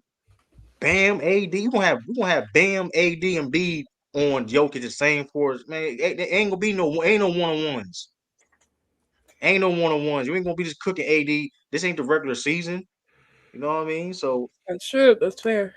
But before we move on to meta predictions, Brandon did say 1,000 times in the chat that the NBA has agreed to terms on 76 billion media rights deal. The deal, which sets NBA records for both its length and total value, goes into effect for the 25-26 seasons. Games will continue being aired on ESPN and ABC, and now some will be going to NBC and Amazon Prime. TNT Sports, which has been a part of the league's broadcasting family since the 1980s, could be on its way out, but has 5 days to match one of the deals. So just wanted to throw that out there. The NBA has agreed to a media deal. yeah, and speaking of that too, like now every day they're playing on every day gonna be a national like televised game every day. Like 7 days a week gonna be a national Yeah, televised they game. they aiming for that. They said minimum five days out of the week, but they aiming for 7. Or five, Damn. my fault. But that's what they're trying to do. I They're mean, cooking, man. They're really cooking. Yeah, this is a 11-year agreement too. So I'm excited about that. If that Prime era, the Amazon Prime era NBA. How Well, say that's gonna be. they let y'all know these suspension teams are coming in. They doing it. I mean, of course, I mean you doing it, yeah. Okay, but we talked about Team USA. Sure, the King expects us to beat a lot of these teams. However, what are y'all's predictions for Ooh, that's good. which medal we will come back home with? We'll start with Zeno, Team USA. Yo, could you just could I Sorry, go I for know the you one said time? somewhere else. I know you're All right, located all right, somewhere else, all but right. Team USA. What you expect? No worries. Now, can I be a hater or do I have to be serious? Serious. Okay, they're gonna run away with the goal. if there's any like big issues going up, like the injury issues that's happening in the USA team happens, then yeah, they might get silver or bronze. But really and truly, they should be gold. Shouldn't really be much more said, to be honest. Should be gold. We got one gold. Ace 30. I think obviously USA gonna win gold. I think France is gonna get silver, and I think Canada is gonna get bronze. That's my prediction. Okay, so we got 2 gold. Zeno, do you want to speak on the other medals? That could be one, or are you good with just the gold? I mean, it's gonna be a mixture of what Ace 30 said. I think it's gonna be what's called Hey, Canada crack. second. What? My fault, I'm on crack. No, Hey. I was gonna say Hey. what? I don't remember sniffing. My That's fault, crazy. my fault. But yeah, I got you. France. Yeah. True the King. Gold, I silver, ain't and going. bronze. Listen. It's a USA bad day gold. when True the King is USA smiling. gold. France silver, and bronze. I may Serbia. I'm not gonna lie, that Serbia team maybe they got. I'm gonna go with Serbia. You know what I mean? And with that being said, yo, H, you want crack cocaine, man? Listen, man, like. No offense, but like Germany and shout out to Germany. Now Germany may get a medal though. Germany may can get. I wouldn't be surprised they can get silver. I wouldn't be surprised at all though. But like saying that USA not gonna get a medal at all is like that. Like I don't. That's crazy, bro. Like that's insane. This is not FIBA World Cup, bro. Like that's because y'all saw it. See, that's the thing. Y'all legit recency bias. That is the definition of recency bias. So last year, right in the FIBA World Cup, that we ultimately failed and didn't get a medal at all. Fast forward, that's the Aces logic. That's crazy, bro. Like that's insane, man. You bet. Hey, I ain't see UK and London. I ain't seen England on there on them groups though. You know what I mean? So I mean, hey, I mean, no offense, Zito, but I mean, Yo, I don't know what it is. What is it with you taking it? What's called taking a shot? at anything that I'm a part of. no, It I can ain't taking a be shot. now it's England. Like, what do you want from He me? took a shot. Hey, but here to be fair though, I have a reason. You taking a shot to USA. When you sit there and say we ain't gonna win no gold medal, anything goes at that point. Y'all saying Man, they I'm gonna not win. gonna When lie, I What you you know, it's when did I mean? say wartime. that? What It's you Olympics mean? time, baby. It's Olympics time. What It's you When did mean? I wartime. say It is that? what it is. I What you just said talking I about, wanted to man? hate, This but is then the I said first time. This is the first time ever. I'm probably gonna be, or maybe the last time I'll be rooting for Joel Embiid. This is bigger than NBA basketball, y'all. I want y'all to know that this is USA Mari, basketball. you We the can best in the world smell for the a hate reason, coming from man. him, right? You know what I mean? Well, This y'all is make sure y'all get And them now votes. she's being neutral. Okay, I got Nah, you. go ahead, go ahead. Who ain't neutral? Herm, what you got? Gold, silver, bronze. I got USA gold. I got Canada getting silver, and for us the Mm. bronze, I think Germany would get the bronze. yeah, No Germany is. playing. Don't forget about Germany. Germany is good. And I don't really care about second, third place, just first place. And I expect obviously a team that consists of just these three main players, KD, Steph, and LeBron, should be enough to go get us that gold. And we got those players on our roster. So I need to that's see a what half court shot from Steph Curry. I need that turnaround in Olympics. You know what I mean? I need to see that turnaround. But I'm gonna tell They y'all ain't why never I'm seen that scared before. of Canada though. Huh? Turn around? I'm What? gonna Turn tell around? y'all why I'm scared of Canada. The Curry Canada signature got move. that guard play though. Like those guys can get buckets at will. And those guys gonna be in every game alone just because of their perimeter play. So Thunder is correct, by I the way. think Yeah, they Canada. don't got no big man Hopefully, though. hopefully Steve Kerr makes the smart adjustments. We have the versatility to We compete got to. to really dominate That's any my team. biggest concern. Any That's my team. Like, biggest I'm not gonna concern. lie, her. Right now, Like before Kawhi got hurt, the only guy that was an elite POA was on a consistent basis with Drew Holiday. Now we got Derrick White and that can basically we can interchange those guys to be a POA. So if we That do play Canada, we got multiple guys that we can put on in. I mean, we got multiple guys we yeah, can put on Jamal Murray and SGA. yeah. and That's I'm gonna good. say it Sturdy. too. That's actually one thing why I was actually think it's fine to have not Kobe White. Jesus Christ. Derrick What's White, his name? Derrick White. Derek White. There you Yeah. go.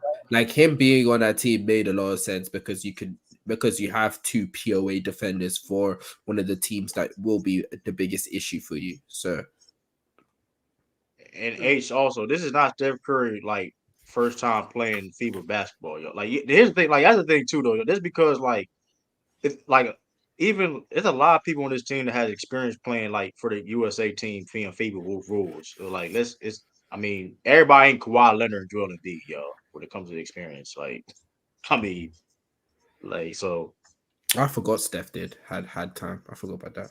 I mean Okay. Next up, we gonna take a visit to the past. Former Team USA Olympic teams that have stood out, basically. So we're gonna be talking about the 92 team, the 96 team, the 08 team, and the 2012 USA Olympic teams. And we're gonna be ranking them. Do y'all want to rank as a group or everybody giving their individual rankings? The crossover, which one we gonna do? 8:30. Might as well do it as a Take group, man. Group. as a group, we just give our opinions who should be placed, and then once we get to a certain, I would do a quick deliberation. We just vote. Majority vote wins. There's five of us. Majority vote wins. It is what it is. Bet. Now, So we gonna. for those who don't remember, on the Dream Team, we have obviously Larry Bird, Magic Johnson, Karl Malone, Chris Mullin, Clyde Drexler, John Stockton, David Robinson, Patrick Ewing, Michael Jordan, Charles Barkley, and of course the MVP of the team, Christian Laettner. Then we got Dream Team 2 with Forgot Karl about Malone. Scotty. Yeah, my fault, Scottie Pippen, because Scottie Pippen's on both teams. We got Dream Team 2 with Karl Malone, Charles Barkley, Gary Payton, David Robinson, Mitch Richmond, Akeem Olajuwon, Shaq, Healthy Grant Hill, Scottie Pippen, John Stockton, and Penny Hardaway. Did you say Reggie Miller? No, I said Mitch Richmond and Reggie Miller. I'm sorry about that. And Reggie Yeah. Miller. Uh-huh. Next, for those who don't remember, That's on good. the Right. on the redeem team, which was Carlos Boozer, Chris Paul, LeBron James, Jason Kidd, Michael Redd, Dwight Howard, CP3, Tayshaun Prince, Chris Bosh, Darren Williams, Carmelo Anthony, and of course the Bean, Kobe Bryant. Lastly, the 2012 team: Melo, Blake Griffin, Tyson Chandler, Kevin Love, Kevin Durant, LeBron James, Russell Westbrook, Chris Paul, Darren Williams, James Harden, Iguodala, and of course, Kobe Bean Bryant. Did you say So was AD on nonetheless, that team?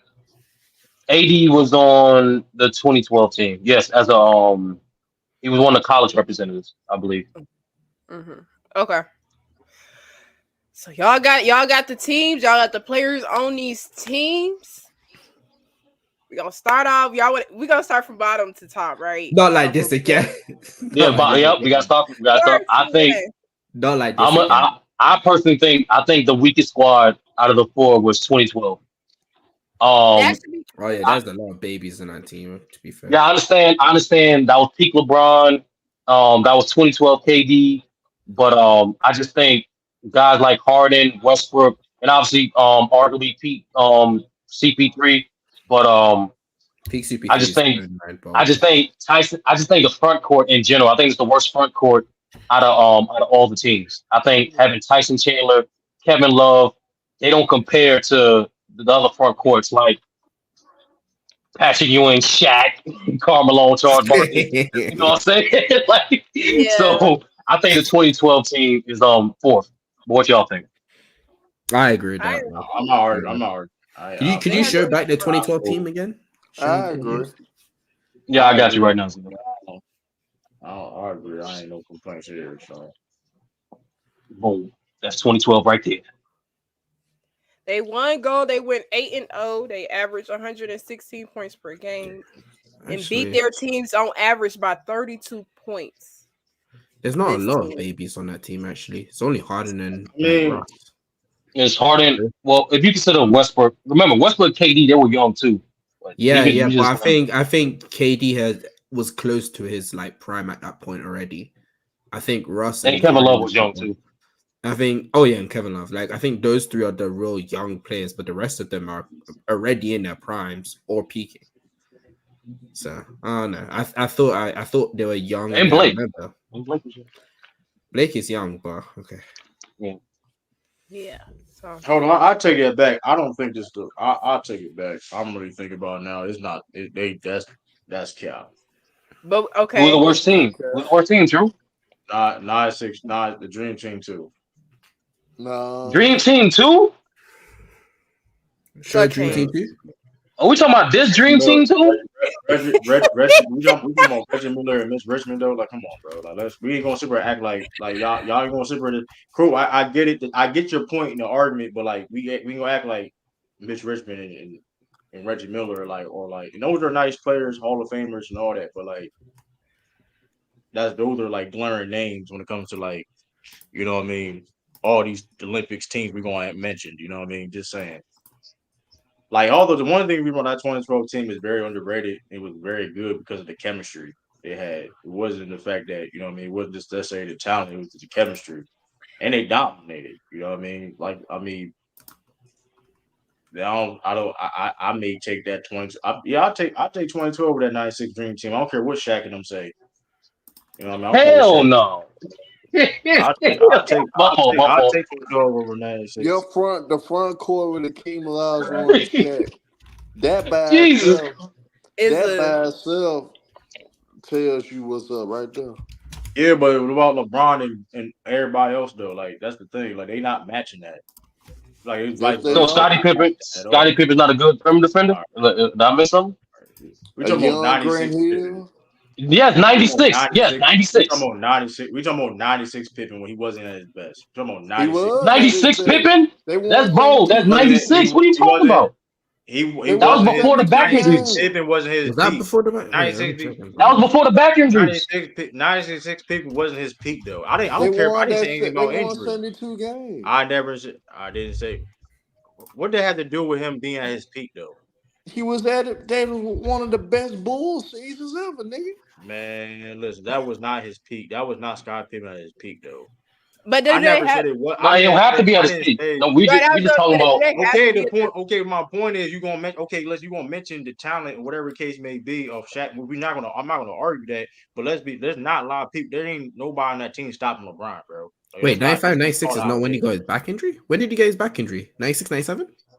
Yeah, he got it like right We after. talking about. He got it We right talking after about 96. 2012 He got it like LeBron. towards We the end of talking about Scott, 97. Scott, 2012. guess We is what, talking about True? 2012 LeBron though. Scotty could Like, contain on LeBron I'm James. not saying he can't. I'm not saying he's not Oh, able to go. But that, like, first of all, like, and LeBron can guard wait, a lot. We talking about 2012 LeBron. LeBron can guard almost everybody yeah. on that team, bro. But And he can't Scotty guard them all Pippen at could guard. once. Literally, man. Listen. All right, The, now we're no, gonna He the act point like can't is guard you. Melo. Shaq and Now we're Akeem going Olajuwon. now we're not gonna act like Melo ain't one of the best Olympic USA scorers of all time. Now we're gonna act like that He ain't the case. is.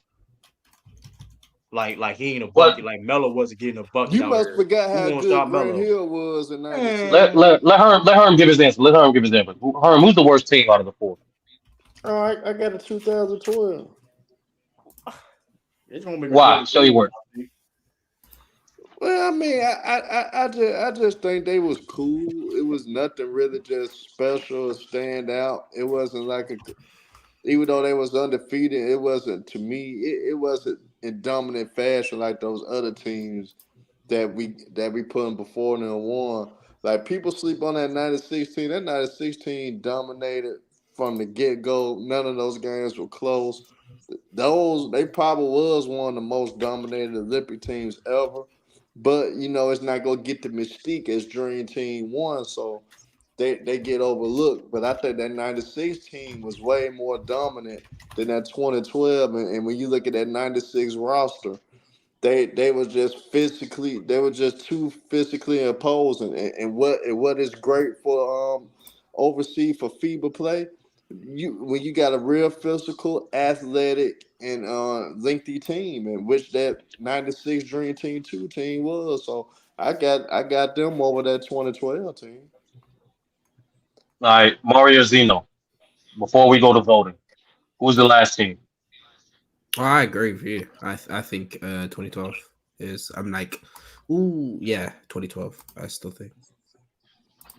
Definitely. Um, Mario. I got 2012 is last too. Basically, did what you said that front court is probably the weakest out of all the Got one other respect. teams. The front court. They got to Um, guard Kevin Love with that 3-point line. That's all I know. um. Put Shaq in that pick and roll. So That's what we gotta do. let's take to a vote. At number 4, True, who you got? Like that 9-6 Dream Team, man. Mario. Two. The Dream Team 2. Let me make clarify. You don't want to get crucified, bro. 2012. Herm. 2012. Zeno. Is that? Are we still voting for? No, this the is the last official one? vote. Yeah, yeah, for the last Oh one, yeah, fourth yeah, place. yeah, yeah. 2012. And then pack All up right, so Team 2. if this was the Olympics, the 2012 team would not get a medal. They finished fourth. Now we're gonna start it off with Herm. Who's third? I got the Dream Team 2 third. Yeah, pack those niggas up, bro. As great as they was though, Sterling, I don't think they was better than the Redeem team. That Redeem team was something special. Of course, they had to overcome the embarrassment of 2004, but they had a great mixture of the veteran presence, including with the young, unique talent that learned from their failures in 2004. So you got to remember, you had Melo at his best. You had LeBron James. He was in his MVP mode around that time for us at 2018. Chris Paul, of course, he had arguably one of the best point guards in the league. They was deep in every position. They was great in every position. And of course, you had the best player in the league at the time that helped redeem the team with Kobe Bean Bryant. So I think the '96 Dream Team will come in third. As great as they was, I don't see them being better than the Redeem Team.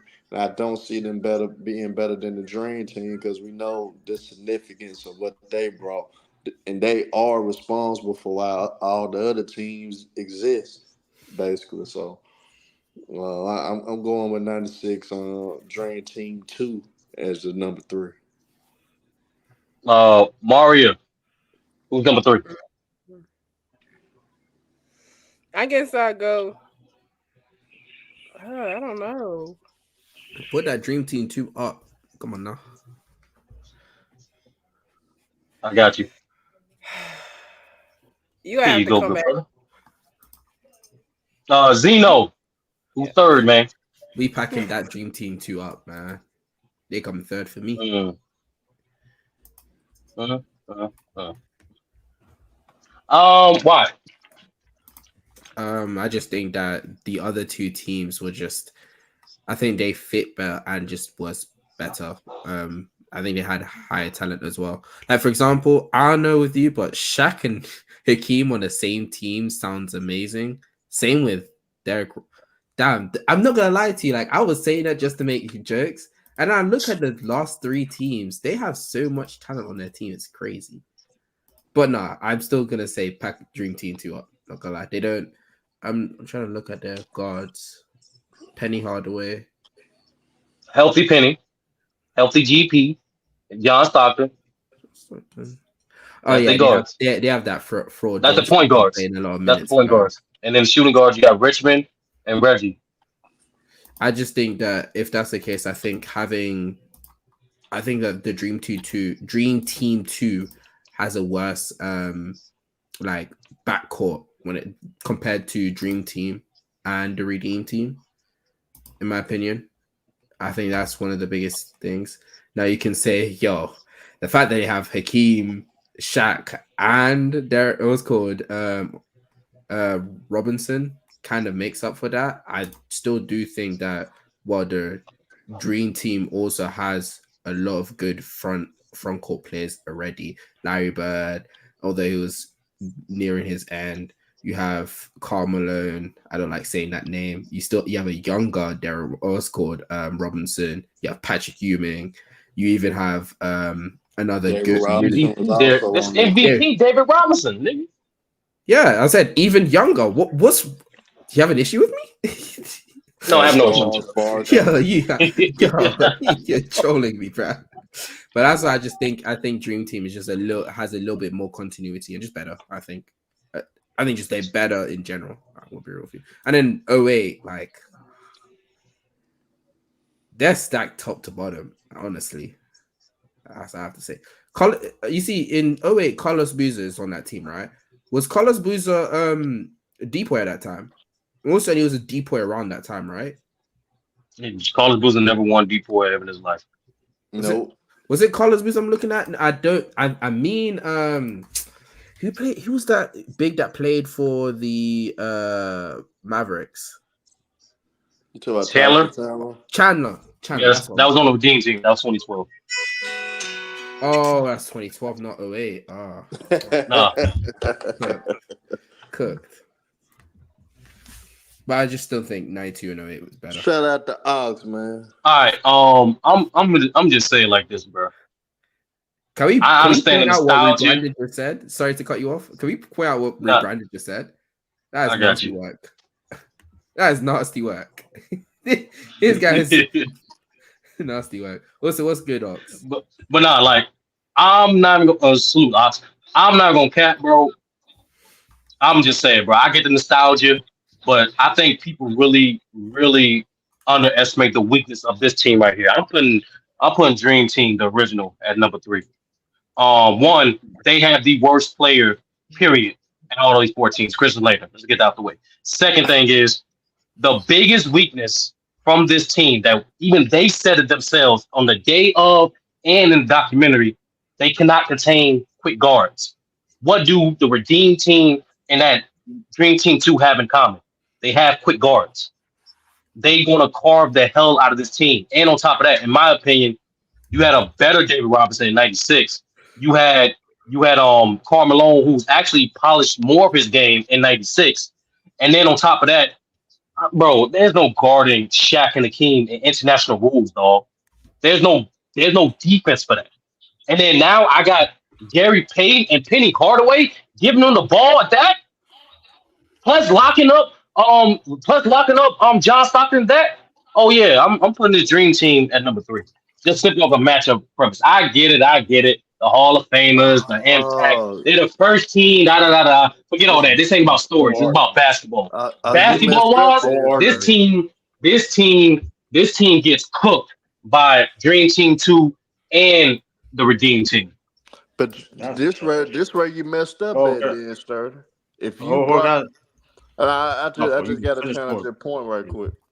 If the points that you brought up, which were good points, if that's the case, then why it got the 2012 team last?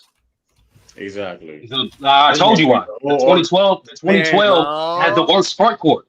No, What you talking about? Bro, you changed the whole argument. First of all, we didn't Yeah. even. I didn't change it. versus. Oh, time out. We didn't know we were doing versus. First of all, you legit just Who said added it versus? in there. You just said you compared. You just said and you said first of all, for one. With that being said, that the quick guard They do have the worst player out of all these 4 teams. Like Chris Lane is the worst player out of all these 4 teams. That's irrelevant. He barely was playing. That's not relevant because when they because one. You brought us some Yeah, great points. Everything But I'm if saying, that's like, the is case, y'all brought the same points for those teams. But if that's the case, then One at a 2012 time. should be up. 2012 teams should be ranked higher. Okay, No, they have the weakest front court, Herm. Like, bro, like we broke this down. Look at 2012.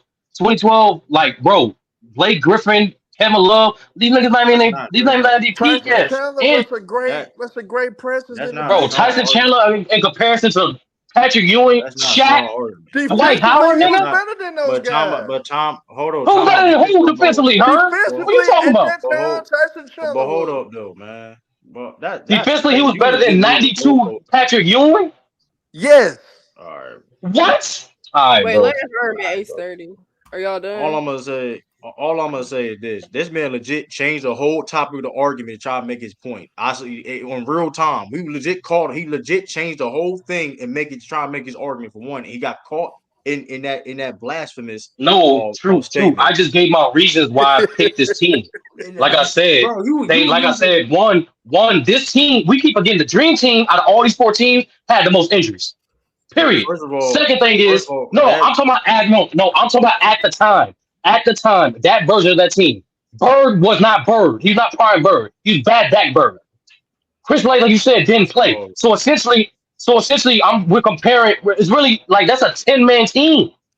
Let's be real. Earlier, bro, you don't stand on what you be saying. Bro. I am, nigga. In the past conversations, you was talking about how when we talk about injuries, well, it ain't gonna be that big of a deal because Olympics or whatever, you ain't gonna play a lot of minutes. Now you're gonna bring up Larry Bird in a situation. You know why? Because we saw him play no minutes, bro. What are you talking about? Man, come on. We literally saw Bird hit 1-3 and lay his lazy ass down. What are you talking about? Bird was not healthy in '92. True.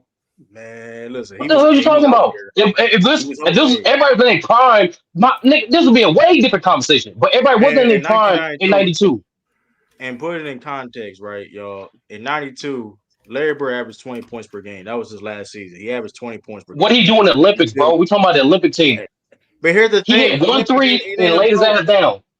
But here's the thing, too. When we talk about Olympics, it's all about the chemistry and things of that nature, which that dream team in that short period of time developed the chemistry. They were one of the the highest chemistry teams in the NBA. No, the team that has the highest chemistry is the 08 team. Well, I'm not saying they were one of them. I said they're one of them in USA Olympic history. 2012. Mind you, everybody. No, that was intentional. Like the 28, like they build up the FIBA teams.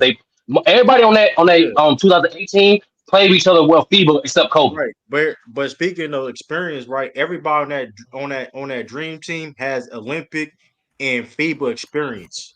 Everybody, a lot of years before even they decided to do the dream team. For one, that plays in a big part. You know what I mean? Come on, man. Listen, man. Iron sharper iron, man. The practices they had. Come on, man. We had Clyde Drexler. We ain't doing that. You talking about they ain't couldn't guard. I couldn't tell they couldn't guard speedy guards because they blew out everybody out in the world. There was no speedy nigga. The international play was garbage in comparison to other years, bro. We ain't doing that. We're gonna move We to talking about the team. Here we go. Here we go. You just said they blew them out, bro. The average margin of victory was 40. Hey, bro, what competition? What are you talking about? Bro, they toughest competition was Tony Kukoc. That's it. They dogged them. Are we talking about competition or are we talking about the team? I'm talking about the team. I'm trying to keep on the team. You trying to bring up competition. Are we talking about competition or are we talking about the team? Because if we're talking about competition, then why you downplay 2012? Because clearly, I mean, I don't understand. See, it's like I just told you 2022. I'm gonna say it again. 2012 had the weakest front court, in my opinion, in comparison to these other three teams, bro. They do. That version of Tyson Chandler, Blake Griffin, Kevin Love, they don't stack up against Shaq, Hakeem, Patrick Ewing, Charles Barkley. Can we start the vote, man? All right, we can start the vote. But Mario didn't give up. Mario and Zeno didn't give. They didn't get a third. Mario said come back to her. I don't know. I'm stuck between 08 and 96. Come on, man. Don't disrespect Magic. See, that's the problem, too. That sounds cute. Come on, man. Come on, man. You get him, Clyde. Get him, Clyde. Come on, man. But Sturdy, but you know how people always mention when they try to compare what player is better, they always say the top 75 and all that. 10 guys on the 1992 Dream Team was on the NBA's 50th anniversary team. Yeah, 10 of them. 10 players was on their team. Yeah, 10 of them. Right. I agree with you. So end of the day, none of those other teams could say that. Top 50, they got 10 top 50 players on one team. Yeah, Dream Team 2 got 8, but it's whatever. Yeah. Okay, so Hollywood Herm said 08. No, he said 96 should go at the third spot. He said Dream Team 2, yeah. Okay, and then Zeno said Dream Team 2 as well, I think. Hold on, Zeno, what you said? For number 3? Dream Team 2. Yeah. Okay. Truly King, did you give yours? Man, 96 going. Man, we vote 96. They third, man. Dream Team 96 2. third, man. Mario, what's your vote? I'll go ahead and say 96. The Dream Team 2. I'll put Dream Team 2. Oh, you fell for the peer pressure? Oh, I ain't this. Your vote wouldn't matter anyway. It's three regardless. But like, that's the point. Stand on your own merit. Stand on your own merit, Mario. Damn. No pressure, nobody. Oh, by the way, 92 got to go afterwards. By the way, just want to throw that one. I just think the players in I don't like that 96. I just it is what it is. We're just 96. I default they. I know 96 on the court at the same time. That's crazy. Yes, that's crazy. 96 is at 3. We got one vote. Shaq all right, 96 at 3. 96 at 3. So teasing is crazy, bro. So who's number 2? 92. Let's start with start with Zeno. Who's number 2? Dream Team. Dream Team. Wow. I think at that point of time, why is she laughing? Go ahead, explain. No, why are you laughing? Explain stuff, sir. Go ahead, explain. Come on, Mike. Come on, Mike. Okay, so why am I catching strays now? What is going on? Yo, okay. I just think that 08 at that point in time didn't have as big of an issue when it comes to be honest with you, I just like 08's team more. I'm just gonna be genuinely honest with you. I like 08. Hey, I respect the honesty, bro. Appreciate that. True. Who's second, bro? Man, hey, 92 Dream Team. To that point, yes, they was old. The reason why I'm saying it because they was older. I think 018 was more. They was. If I'm comparing, like,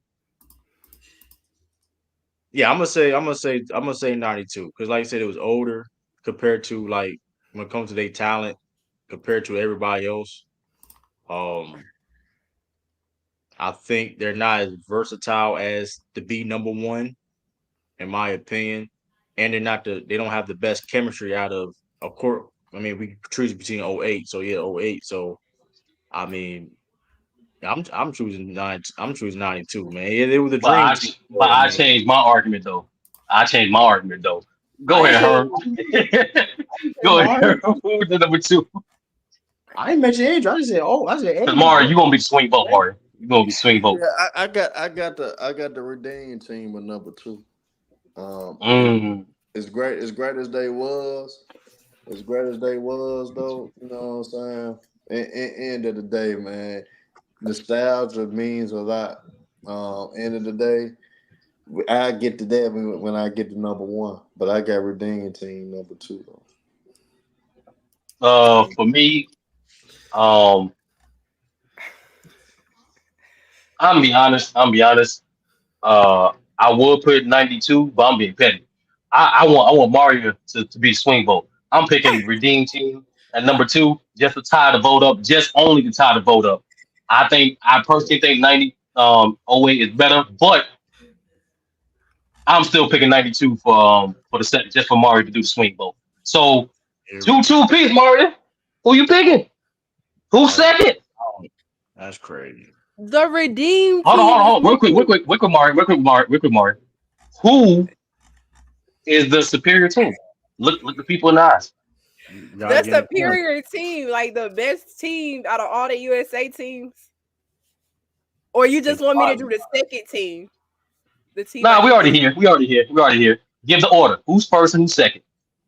who's first. First is the dream. That is the dream team. I don't care about no age. That is still a collection of the best I basketball don't players. care about age. Besides, Mario but 2024. I'm sorry. Besides the Leitner, I know that as is bad as crazy, bro. Leitner was, Leitner does not. You don't care about age, Leitner does right, Mario? not. Leitner does not affect my Let her cook. Let her cook. decision. Leitner does not affect my decision, and still saying that is the greatest team to ever Man, be. they didn't even That team got the best Let her point finish. guard of all time, best shooting guard of all time. Like that's the dream team is the best team ever assembled. Facts. Age, I Nah, cannot. I No really matter don't about the care. age, yeah. hold on. Yeah, the Let her age cook. don't play no part for me. The fact Now, that Age she's Mario. play stand no on Mario. part Here's for what I me. want Man, business. talk that Mario. Here's what I shit, need you to do, Mark. Mario. Here's what I Talk need you to do, that Mario. shit. I need you to look the people in the eyes, and I need you to look that camera in the eye and let the people know who's second. What is it? The '08 Redeem team is second. Now, if you go put that team first, that you like Kobe Bryant, because basically Ace30 said that the people that everybody that was on the Redeem team was also on the FIBA team, and Kobe was like the only addition. I think that's what you said earlier. If Yeah. that's the case, and you don't put the Redeem team at number, you got a Redeem team first. That means Kobe. That I don't like. That says a you don't lot understand about narrative. Kobe and what he brought to that team. Like that's all I'm gonna say. That the Dream Team is first. Dream Team is number one. People consider it to be the greatest collection of basketball talent on the planet. It's not up for competition. It's not up for debate. And the Redeem Team is Talk second. that talk. Don't want to talk about Period. talk that talk, man. Y'all heard the lady. Y'all heard It's the not. lady. It's not. And Hey, we, that's we not. also I got to take my glasses we off for this. I also got. we, Talk Hold on. that we talk. also we also heard about how she does not care about age. Let's go. That was Age crazy. because they But look they were Talk that old, talk. but they weren't playing bro, like they aged though. Like these niggas was out there balling and hooping. oh Like man. period. Hey, Talk listen. that Hey, talk. first and foremost, man, I gotta take my glasses off for this, man. I gotta take because that is cap. Was absolute cap. You talking about speaking of Kobe Bryant, arguably the best perimeter defender in Olympic U.S. history. Let's talk about that. If you talking about the come on, man. He shutting. Come on, say it ain't true, man. Kobe was so locked in that we talking about Kobe Bryant. They had to tell him to shoot. That's how special that Redeem team was. he was told he had to shoot. So the sit up here and talk about, oh, what's team is better? Come on, listen. The 08 team had way more chemistry. They were more versatile, and listen, you got Michael Jordan, cool. They got Kobe Bryant, a peak Kobe Bryant. You know what I mean? Yeah. You had LeBron James. You had D Wade, Chris Bosh. Come on, Christian Laettner, bro. Christian Laettner didn't even play. He didn't even play. That's how sorry he was. He didn't even play. So you gonna compare a team that you didn't even want to even play one player for real? That's what we doing. You talk about Jason Kidd. Last time I checked, Jason Kidd better than John Stockton. Last time I checked. If we let's break it down. Last time I checked, if we want to play that game, last time I checked, Carmelo Anthony better than Chris. We talking about Chris Mullin. See, I funny you talking about all this dream team. You ain't nobody mentioned no Chris Mullin yet. We're gonna talk about Chris Mullin. He was a great You white hope serious? after Bird, bro. We capping on Chris Mullin? We capping on Chris Mullin now? Are we I mean, doing? I was Are gonna we get there. serious? I ain't went yet. No, Herm, you next. Herm, you next, though. Man. Come on, man. It's an 08 to redeem team, man. Listen, that dream team played for money and the fame, man. That redeem team did it for more of our country. Cause they were listen, we lost so bad that they did it's the redeem team for a reason. Cause they redeemed the country of USA basketball, man. They the one that building the culture what we seeing now. You know what I mean? The dream team, they had to get paid for that. A lot of them dudes on a lot of people, if y'all didn't know, y'all, that was a branding thing. That was a money thing. A lot of reason why they picked that, a lot of reason why they did it, because they got that check. Hey, yo, Jordan, man. Hey, listen. I got this, you know what I mean? Come on now. That was a vacation. That dream team was a vacation and branding opportunity more than just playing for the country. Let's talk. Let's get to that. If we talking about USA basketball and Olympics and all that, come on, man. We ain't doing that. The Ooh, redeem team, they did it that's for the messed love. up. They did it for the love. They did it for the love. They did it for the country more than what the dream I done team messed did. up That's what. now. Come on, what we doing, man? True, you done messed up now, cause true. Even though you showed enthusiasm and all that, you capped on some things. The dream team was formed for one reason. Y'all remember what happened in 1988, right? When Petrovic, Vlada Divac, Sabonis and those boys put a whooping on Team USA in 1988. That's why they formed the dream team. They had to neutralize what was going on overseas, and how dominant the dream team was. Chuck Daly didn't even call not one timeout in the whole Olympic play. Didn't even call a timeout. Didn't even call not one timeout. True. People could say, I know people gonna say they went against plumbers. What happened in 1988? Yeah, man, the world was catching up back then, and they saw it, so they had to put this great collective group of talent. Yes, you could talk about Christian Laettner, a kid that didn't play. He was a kid, college kid, didn't play. He was decorated in college though. Chris Mullin didn't really get clocked like that. And true to King, you mentioned Jason Kidd. Jason Kidd wasn't even in his prime anymore. So if you compare the Jason Kidd of 08 to what John Stockton was in 92, John Stockton was a better basketball player than Jason Kidd. When the 2008 Jason Kidd. At end of the day, the Dream Team, they set the stage so teams like the Redeem Team could be formed.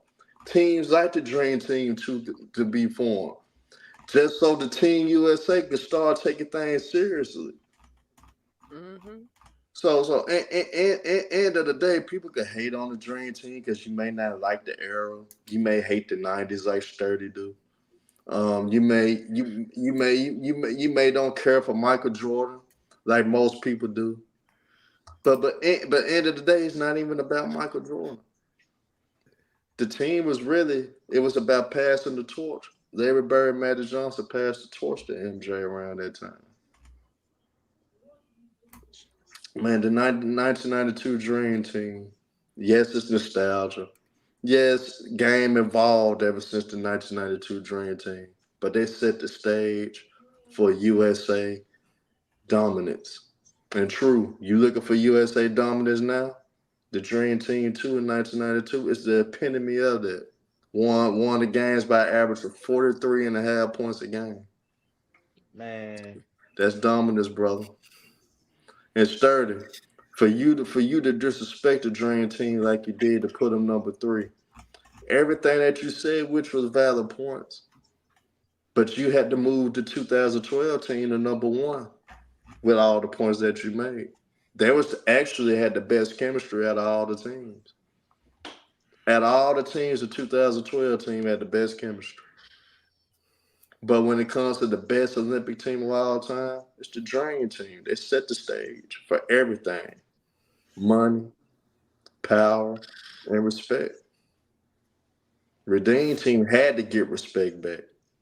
So they passed the torch more than wanting to play for their country. That's what I got from that. So they wanted to be more of a passing the torch than more than playing for their country and dominate. That's what I got from that. To give some context about that. The reason why they first negotiated to get paid, because remember that was the first time Americans was allowed to play pros in the Olympics. So like most pros, they expected to get paid, and there was nothing wrong with that. Second thing is too, Herm, I don't hate the 90s. I don't hate the 90s. I picked 96 Dream Team 2. I thought 96 Dream Team is the best team, but apparently they not. Third thing, I want to make a correction. My apologies for not clarifying. Kobe Bryant did play in the 07 FIBA games, but I meant to say the reason why they recruited Kobe is not only the fact they lost in the previous Olympics, they also lost in the previous FIBA game as well. That's my bad. But a lot of guys, they're a little emotional right now. But we're going to press things forward. And that Redeemed documentary harder than that Dream Team documentary. So let's get. All right, you capping. You capping. Play that game. You capping. You capping. Dream Team. The Dream Team doc is it clears that Redeemed doc. We're not going to do that, dog. Come on, man. They had better graphics. Hold on. That Redeemed documentary had better graphics. It was in HD. But man, dog, it wasn't better. Besides Matty Johnson report, you get him, Clyde. You get him, Clyde. Besides, hold on. That whole story. Hold on. True, you can't cap that whole story of that game. Was fine. Like that, Malone? We can't go do that. You like that, Malone? Oh, you go? Come on, man. That whole story was fine. He said, "Hey, they lost a Bob Hurley and them. Man. Get out of here with that, man. They lost a Bob Hurley and them, man. Get out of here, though, man. We ain't doing unofficially. Chuck Daly through the game. It's documented. It's on record. He threw the game. You go get him, Clyde. You go get him, Clyde. That was the best part of it. You go get him, Clyde. Like, come on, man. Yeah. But yeah. But real quick, we're gonna play a quick ad for those who need help with gambling purposes.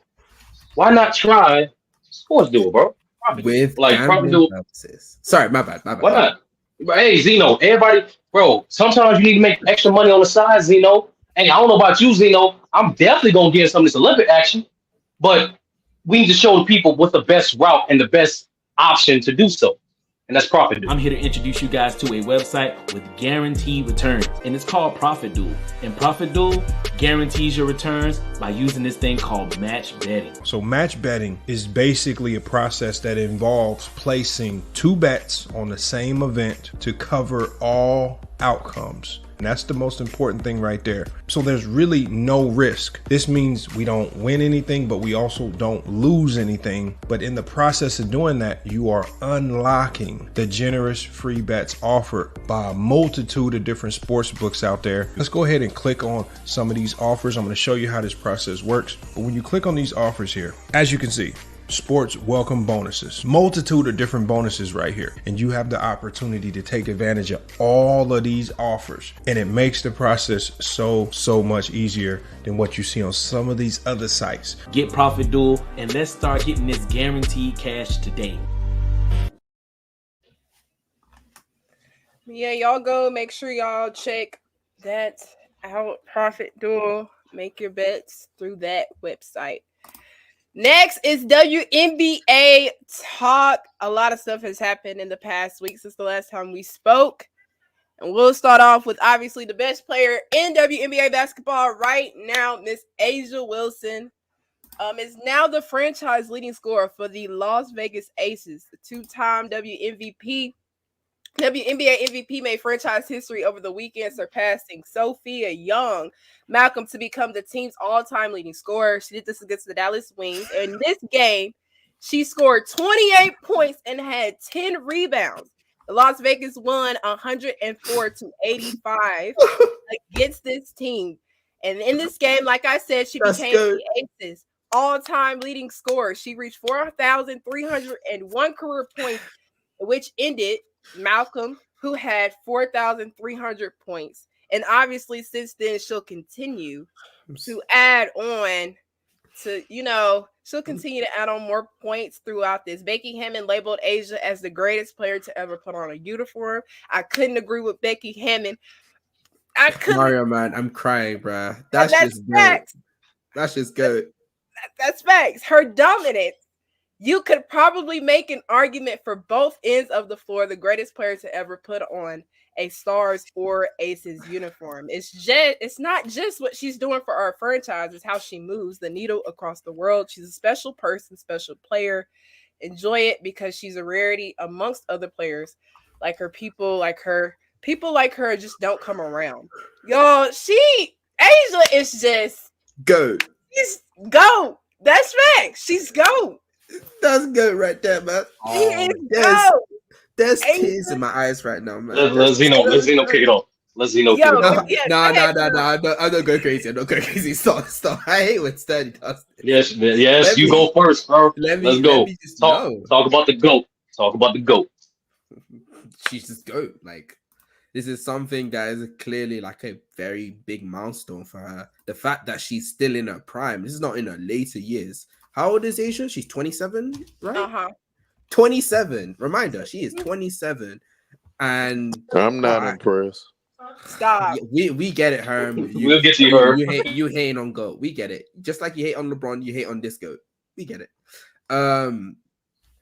But all I'm just saying, her being able to hit this at 27 years old, and barring the fact she gets traded or anything like that, she's probably going to push this further than we will probably ever see it being like touched again. Most likely. Maybe I'm talking a bit too much because she did have a little bit of injuries in her earlier seasons. But her having 4,301, yo, I can't wait to see how far she can push that further. Plus, actually, does anyone know what the leading scorer of WNBA of all time is? It's Diana Taurasi. I think it's Diana Taurasi. Yeah, Diana Taurasi. Yeah. Check. She has like 10,000. You are right. She's to 10,423. And she hasn't even reached it yet. Okay. Well, she hasn't reached the top 25. But I can tell you this: after next season, she about to be 25. The next season after that, she about to be. She gonna catch up. No, well, 10,000 is it's way too much to catch up to. But I think she could possibly end her career at number 2. Yeah, she could probably end off at number 2. Because I'm sorry, like right now, she's already just hit 4,300. That means she probably is gonna have to play another like 7-8 season to catch up to Diana Taurasi. And I'm not going to ask for a big. I'm not going to ask for a big to be able to produce for that much for that long. I don't think I'm never going to do that for a big, whether it's in the NBA or the WNBA. I would never do that. All right.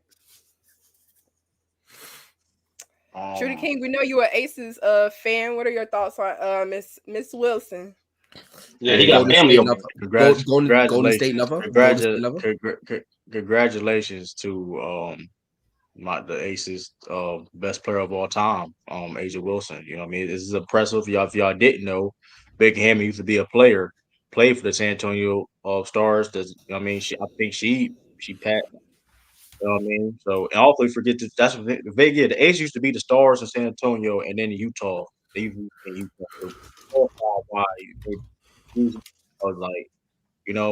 but this is impressive, you know what I mean? It's her young career, and she's already doing this already.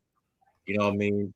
Trying to help her build a dynasty and bring a championships there. I mean, hey, congratulations to Asia Wilson. I mean, one of the best scorers She's gonna go down one of the best scorers of all time, my opinion, especially now. So, shout out to you,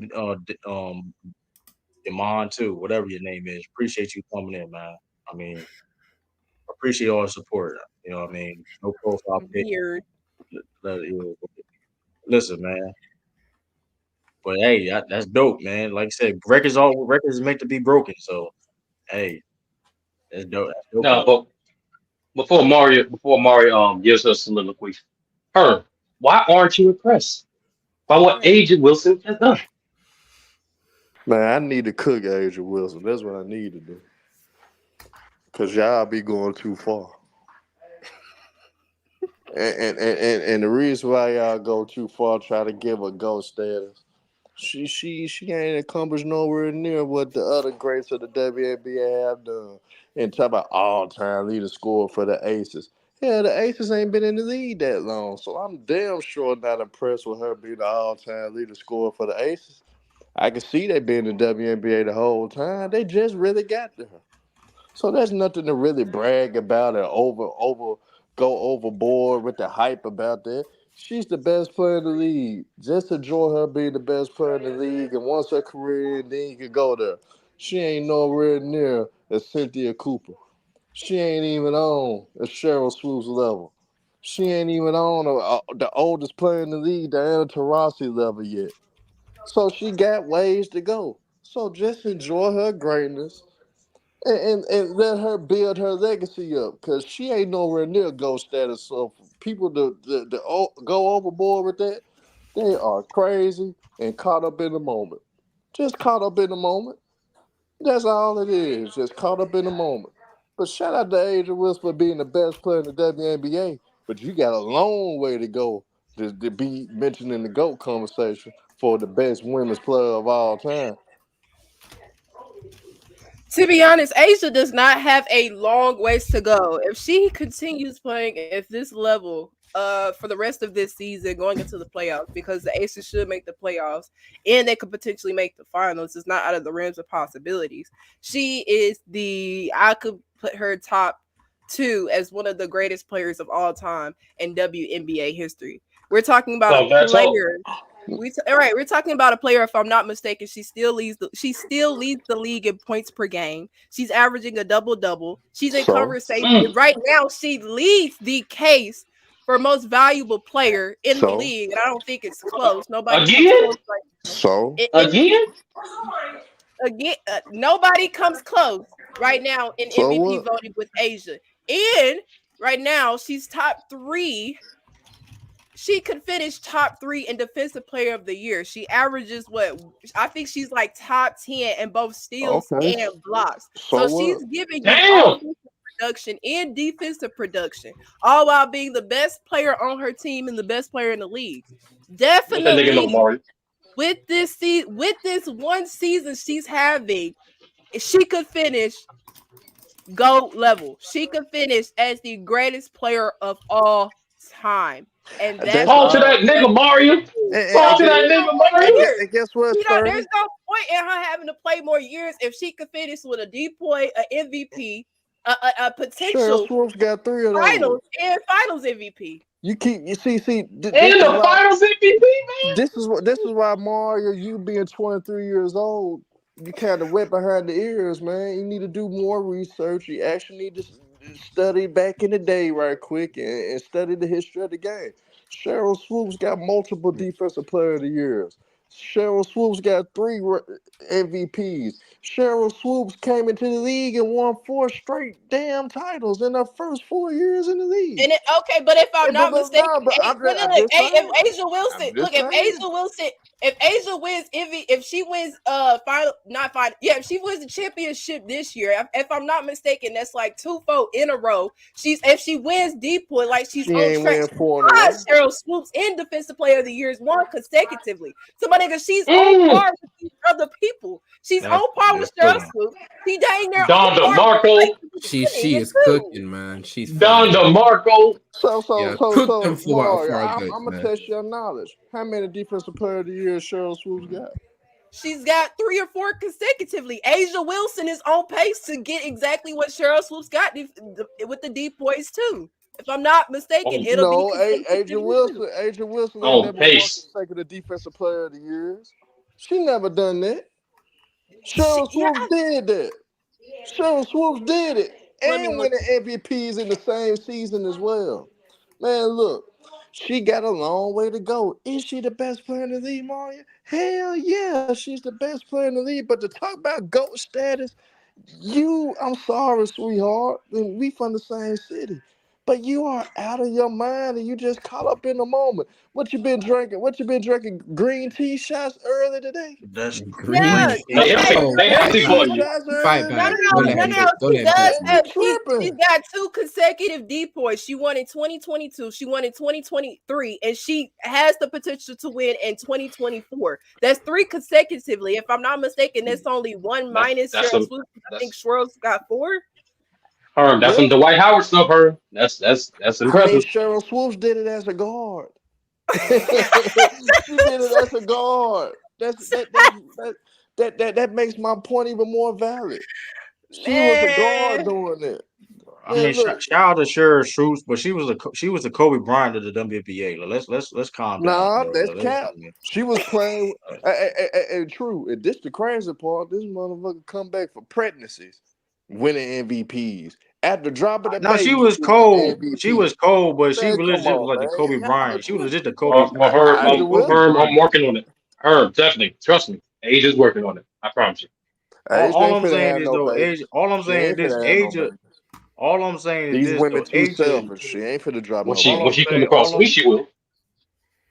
that's crazy. But all I know is like Asia has been like, listen, I don't care regardless if when she going to finish the goal. She That's wasn't for her. even Like more she's on a great dominant than Maya trajectory. Moore, man. yeah, she'll tie Cheryl Swoops in D But points. one thing we do, although we do got to clarify, like Herm, like it is impressive that she is the leading scorer of Aces because the Aces been around. The name just changed. That's all it is. The name and location changed. They've been around since Utah Stars back in the day. The Utah Stars is the Vegas Aces, All as you right, can say. who was the best player in Utah Stars history then? I mean, top my head. That's what I'm trying to tell you. Utah Stars was trash though, wasn't they? I That's don't what I'm really trying remember those. that's what But I'm the saying. point I'm is not though, impressed. but like I said though, like they became the San Antonio Stars, which Becky Hammond, the greatest. I mean, she was at one point in time the greatest in that franchise history at one point in time, and the fact that I mean, so it She is didn't impressive. play They've the been around whole Utah. career though. She didn't play I'm the just whole. saying, regardless of listen, we understand the franchise. Besides the Aces history, it's not a lot of great history. Besides the Aces, we understand that. But when you are the leading you lead your team in franchise and points, that's always going to be impressive. Like we can't sit here and deny it. I don't forget about how she getting ranked or whatever the case may be. But she's a franchise leader in points. That's always going to be impressive. But Mario, man, I'm disappointed in you acting like these LeBron James fans right now. Not the LeBron fans. Yeah, No. cause see, this is what LeBron James fans are get to. They just used to get so caught up in the LeBron, moment. hey, don't compare LeBron to AJ Wilson, man. You don't want the word. I mean, Don't it's compare kind of the LeBron. same thing. It's kind of the It's same really thing. not though. Well, It's really since not though. Herm, since you Cause guess what? Guess what? The first thing Mario did on me, she brought up points per game, rebounds, That's and what she all doing that. though. But she brought up stats just like LeBron James fans do, man. Hey, it's okay though. It's okay though, She sweetheart. winning too. She winning and she winning awards. That's the Asia way. And That's her. guess what? Guess yeah, what? Herm, she brought up a lot of things, bro. And Not guess just what? stats. She got a big 4. She got a big 4 on that team too. Sure, A big But don't do Herm, it. But Her besides don't even do that, it. the Her, comments it her was a no. stack. So the comments was a stack. Like let's not do that, so the bro. comments was a stack, Her. Herm. So let's make Not this more clear when you stacked talk than about the that. Aces. Not more stacked than the What? Aces.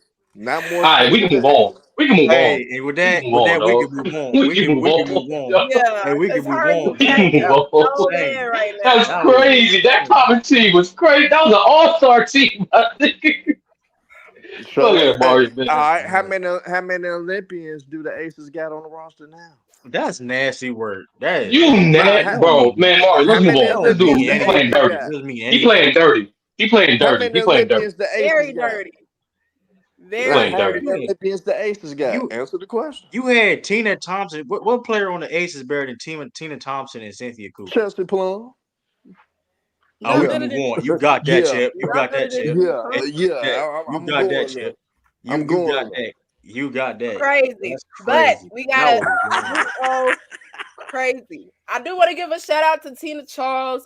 She's been in the league, I want to say 15 plus years. She moved up third all-time scoring. She just surpassed Tamika Catchings. She was originally supposed to be on the team just to be a leader and be a person that can guide the young talent on the Atlanta Dream. But she has been able to, still make history with at 35 and stuff like that. So shout out to Tina Charles. But we also got to get down to the nitty gritty. We know that the MVP is solidified going to Asia Wilson. However, Rookie of the Year is looking to be a very tough competition between two phenomenal players who have been historic this season. Miss Angel Reese, who is my favorite to win Rookie of the Year, and Caitlin Clark. Angel Reese, the 22-year-old, obviously, like I said before, she achieved the historic feat of setting the new WNBA record for the most consecutive double-doubles. And she's doing this as a rookie. So she's beating out players who have previously done it with multiple years in the league. Like I said, what makes this feat so special is because she is a rookie doing this. Candace Parker, if I'm not mistaken, was the last player to have a double-double. And today, she actually added on to it. She beat it last game. And today she is now she now has 14 consecutive double-doubles. The last rookies to take home and she also won WNBA Player of the Week. The last rookies that took on winning WNBA Player of the Week went on to win Rookie of the Year. And that was Aaliyah Boston, Ryan Howard, and Nafisa Collier. And Nafisa Collier is literally still one of the best players in the league. Angel for this month of July is so far averaging a double-double, 16.8 points and 14 rebounds, 1 assist, and 1 steal per game. She's developed a well-rounded game, both offensively and defensively. And this kind of was not expected coming into the season. Before I get into Caitlin Clark's historic year, what are y'all thoughts so far on Miss Angel Reese? Man, hold on real quick. I kind of said a lot. Sorry. Yeah, I'm not gonna lie. You trying to take up all my points. So yeah, first of all, shout out to Asia, man. Doing her thing, showing to be a rebounding monster as we projected her to be. I know we're not. I'm beyond this market. Go ahead, my bad. I didn't think she's gonna come in being the best rebound in the league. I will say that. No, honestly, Zeno, I'm not surprised because this reason, right? For some reason, people downplay offensive rebounds, and for some reason, Angel Reese is getting quote unquote criticism for that, which is weird as hell. It's because, at the end of the day, you know why? It's because it's the Jokic thing.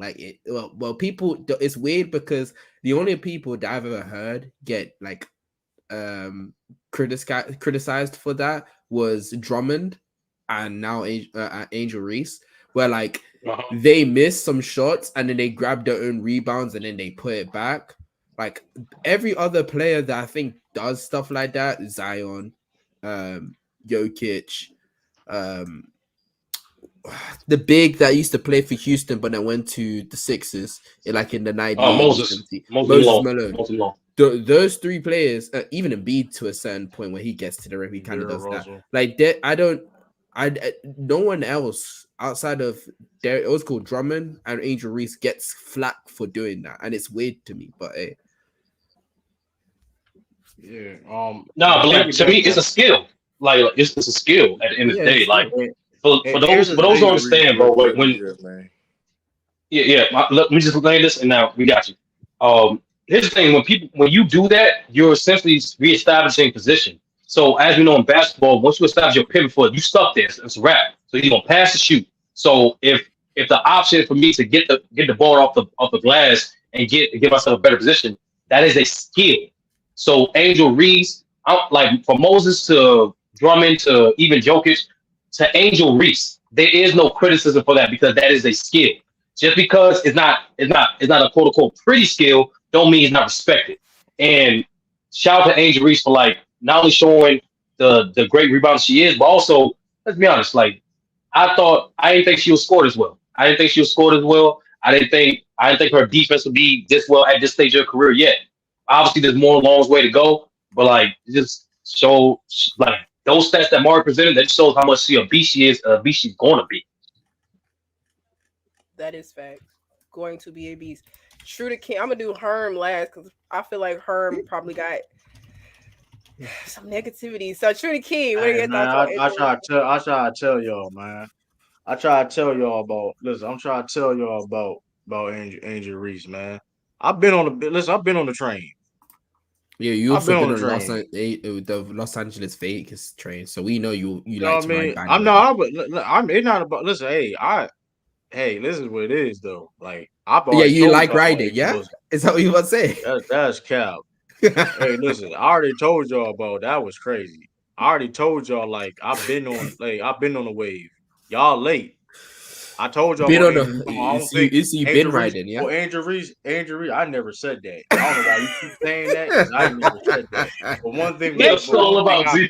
It's all about you. The one thing I did say was I said Angel Reese. Hey, listen, her offensive game. Listen, people talking about she needs to be in college one more year because her offensive game. Listen, she can rebound and play defense, and it's going to translate into the NBA. Which, hey, fast forward. Breaking the record for the most double-doubles. What in NBA history? Consecutive double-doubles in NBA and WNBA history. Come on now. Angel Russell. Right, like, listen, right. When it comes to offensive rebounds, that's not easy to do. Like, other people are also trying to get defensive rebounds. So you're out there biased. Go ahead. I'm just saying, man. I don't see Chicago Sky, man. Chicago Sky got one. Still the draft. You're a different type of bandwagon. Hey, listen, I've been had this. I had this since last year. No, you had this like 2 weeks ago. I had this. No. I had this after they won the championship. I had this when they won the championship. LSU won the championship. No, show the people again. True. Hey, listen, listen. You've been riding. I got you. Let show the world, True. Hey, listen. Hey, Andrew Reese, Rookie of the Year. I had this after the LSU won the championship. So when they lost, I didn't jump ship. I still said the same exact thing. Hey, man, Angel Reese, the ship, man. AR, man. That's AR-15. AR-15, man. That's right. I need to copy AR-5, man. AR-5. See, Lamont cooking right there. But I do want to say I got that on Angel Reese. I think I went on Angel Reese Instagram and she had something about I don't know. I got this is official jersey. That's official tissue jersey. Right. Hold up, man. You want to see the tissue? Oh, this is official. This is official. Like, Joe, this LSU. Listen, I could have. Hey, y'all thought I played for LSU. I put this joint on. Come on now. This is official. Listen, number 10. Come on, man. Shout out to Flagg too, dropping the album too.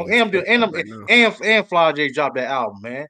Best of both worlds, man. We'll copy. Listen, man. Listen, hey, man. Angel Reese, man. Rookie of the Year, man. Chicago Scott, still the draft, man. You gonna calm down now, bro? Yeah.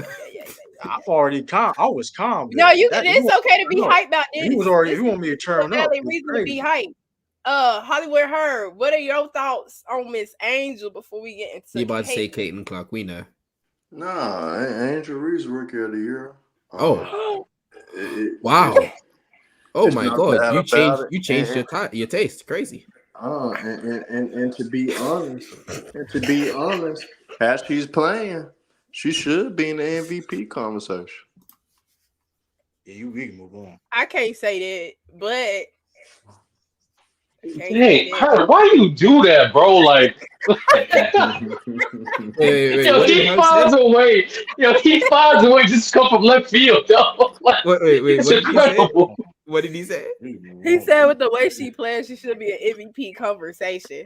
You got it, bro. What do you mean by conversation? Like top 10 or something? Like, what do you? What conversation? True? Why you were saying true? Now you gotta answer. Top 15, right? Hey man, what Angel Reese is doing? No rookies has done it.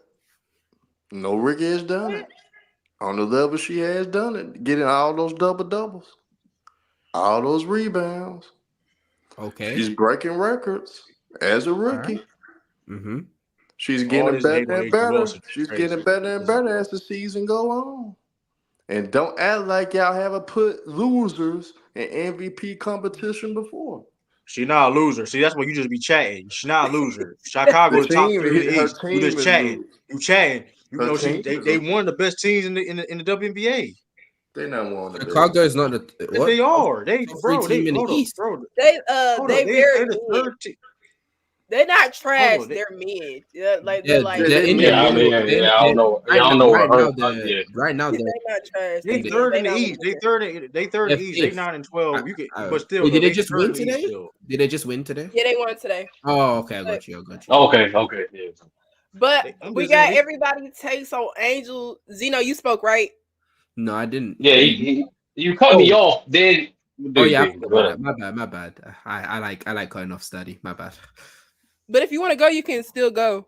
Or are you good with? It's study about coming off. Man, I don't know what. How crazy. They under 500, man. I That's do trash. want to say one thing I wanted to add on to I- True the King. I think it's insane how consistently you can see that the girls are trying to grab a rebound, and A'ja Reese is like being contested by like 3 different people, and she's just consistently pulling down the board. And I'm Right. sorry, like A'ja Reese isn't like 6'3", 6'4", and a lot of the girls are like 6'4", 6'5". A'ja Reese is like 6'1", right? She's 6'1". No, she's 6'3". She's 6'3". She is 6'3". No, But she's one definitely not thing, 6'1". Okay, She's definitely not 6'1". she's 6'3". Okay, but she still isn't like at a big level. Like she's a wing, and she's able to be grabbing contested rebounds over a lot of these players, and I think that's just what makes me so surprised. I knew she was gonna be a good rebounder, but to be like clearly this good is crazy. I but agree. one thing about Do her, you one think thing that this about is her the best game. Can I ask a question? Do you think that this is the best rookie rebounding season ever by In WNBA history, by Dubs? Yeah, by a Dub player. Might be. absolutely. And one thing we ain't talk about too is her engine. Her engine is Motor. she's nonstop moving like on the court. She's outworking everybody on the court. That's the one thing about it. When you even on offensively and defensively, she's outworking everybody. So it's like you can't. That ain't nothing you teach. You can't teach that. So it's like where she got it. You know what I mean? She got the hit factor, man. You know what I mean? It's like, hey. I mean, with that being said, Caitlin Clark. I mean, and shout out to Caitlin Clark. She's been balling lately. She ain't been struggling. Speaking of Caitlin Clark, she is also having an historic rookie year in her first, obviously her first season in the league. Recording the first ever rookie triple double. Clark leads all rookies in scoring. She averages 17.6 points per game. She leads all rookies in 3-pointers made, which is 24, free throws made, which is 42, and assist averages, which is 6.6. And she plays the most minutes, which is 33 minutes per game. She also joined Candace Parker and Sabrina Ionescu to become the 3rd player in WNBA history to record 100 plus points, 30 plus rebounds, and 30 plus assists in her first 6 games. And now when we talk about the defensive side of the ball, we know that she doesn't have a good reputation of being great. However, in the games that she's played this season, she has been manageable. She still plays at a high level on defense, which is sustainable for the team. It was a good start to one of the most sensationalized rookie seasons in recent memories. So, like I said before, the Rookie of the Year competition is very close. How do y'all feel about Caitlin Clark's performance so far this season? Shout out to Caitlin Clark, man, like for adapting to the physicality of the league and maintaining. Obviously, she had to make adjustments to that style of play, but in general, like she still maintained it. I'm straightforward to the point, Mario. If it was up to me, I'm treating this Rookie of the Year like they did Jason Kidd and Grant Hill. I'm giving them both the award. Like both these rookies are doing historic things. Both these rookies are in my opinion, exceeding expectations, believe it or not. And on top of that, most importantly, they're continuing to grow the product for the WNBA, showcasing that greatness in the WNBA isn't just one style of play, nor is it just one race. It comes in a multitude of factions. And so, by saying all that, I will personally I'll make it Cole Rookie of the Year, just like they did Jason Kidd and Greg Hill. They're both if they both by doing that, they both get the recognition, and it only helps the league even more by spreading the talent around and exposure. I think also to add on to what you're saying, A-Study, I think giving them both the Rookie of the Year kind of also feeds into that Larry Bird versus Magic comparison. Yeah, I get one of them were better than the other in the rookie season, but because them winning the award kind of says narrative based that they both came into the league at the similar level. Now we're going to be even more interested on who's going to be better in the second year, who's going to be better in the third year, and looking at it from that aspect, in my opinion. That's fair point. True to King, Hollywood Hearn. Yeah, I agree. They should be like a co-rookie of the year because it is close. They are doing things, impacting their team. Yeah. Also, Diesel. Kaylin's not leading the team, league in assists. It's Alyssa Thompson. Shout out to Maryland Terps. You know what I And I'm mean? not surprised. Shout out Terp Nation. You know what I mean? You know what I mean? One of the most. I mean, Terp but Nation. I think I should. Yeah, Terp Nation, Maryland Terps. You know what I mean? But like I do believe it should be like a WNBA co-rookie. I mean, it's so close. They impacting the game in different ways. You know what I mean? The injuries with the defensive and the rebounding and things of that case.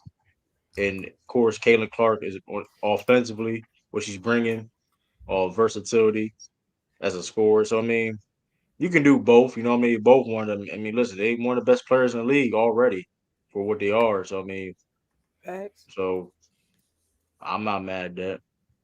Yeah. Okay. Hollywood Hearn. Man, in the end of the day, I don't even think the rookie of the year is close.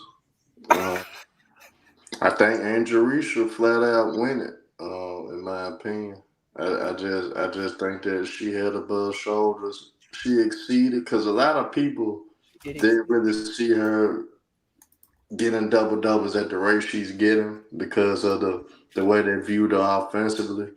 For what she's been doing on the defensive side of the ball with her rebounding, with her aggressiveness, with her not bagging down, with her playing big, playing physical, and it just having the overall impact she is having. Don't get me wrong, her team's still mid, but she still has a positive impact night in and night out for her team. Well, day in and day out because they play early in the mornings too. But I think Angel Reese it shouldn't be a cold. It shouldn't be split. Angel Reese flats out get it. You know what I'm saying? Caitlin Clark got the luxury of having a talented. She got Boston with her. She got more of a talented team with her. Angel Reese really don't have that in Chicago. So I mean, end of the day, I look at that, and I'm gonna just say Angel Reese should get Rookie of the Year. I would agree with Herm on the basis of it should not be co-rookie of the year. I want there to be a winner. I want to see how these people judge, and we know, like, obviously, either way, the crowd's gonna be upset, but I think that'll kind of cause more viewership and more attention, even though it probably will be negative. But it could, like I said, go the way if Kayla Clark wins it right now. I wouldn't be upset if Angel Reese wins it right now. I wouldn't be upset. Both girls deserve it. And I give the slight edge to Angel Reese simply because the expectations for both these players were different. The Chicago Sky selected Camila Cardoso. That's the one I was gonna ask. Yeah, Camila Cardoso was supposed to be technically the best player on that Chicago team. She was supposed to not the best, not more so the best player, but her impact was supposed to be way greater than Angel Reese so far. Now I understand Camila did get hurt, so that kind of detoured it. But yeah, the fact that Angel Reese fell to 7, I feel like she is the steal of the draft. But yeah, Right. Zeno, what you gotta say? Sorry. I was Max had a question and he DM'd me. I want to say up here. Do you think Kamala Cardozo plays a big factor in Angels rebounding, and why? I'm gonna say no, because even when Carmela Cardoso was out, Angel Reese was still going crazy with the rebounding. And then again, Camila Cardoso is still on minute restriction. Are you saying like she gets these rebounds because Camila is out? Is that kind of what? He never specified. I'm guessing it's to do with her being out and having less minutes. I'm guessing it's to do with that. Yeah. Okay. Well, I don't know. Then again, when they're both on the court together, there's been instances where Angel Reese is still grabbing these boards, and Carmela Cardoso, she'll grab a board too, but they both battling for the rebounds, really, even when they're both on the court. If they, what would be a curveball for Rookie of the Year? They give it to Cameron Brink because she tore her ACL. That would be crazy. She was actually one of the biggest people. And also, speaking of the Twin Towers, Angel and Camila played today. They both got double doubles. So, yeah. Right. Twin Towers. But next, that is enough of WNBA talk. That was a good conversation. And Herm, I cooked you with the Angel Wilson take. Thank you very much. Yeah, you cooked her. Shooter King, go ahead with your goofy take. Memphis cook, nigga. Yeah, man. Hold on. I got y'all, man. So this right here, this is interesting right here. Shout out to Entirely NBA channel. I saw this on here. Let me see. Boom, boom, boom.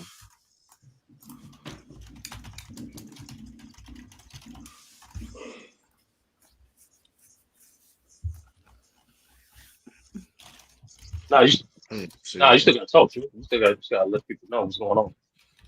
No dance outs. Let me see here. I'm not gonna lie to you. Like some of the things, like there was a crazy goofy takes this week, man. Like you had options. Like you really had options. You had one. I thought. Yeah, go ahead. Listen, I'm gonna be honest with your options. A lot of people don't deserve those options, but that's neither here or there. But let me see here if y'all can see it. Let me see. Hold up. Let me see here.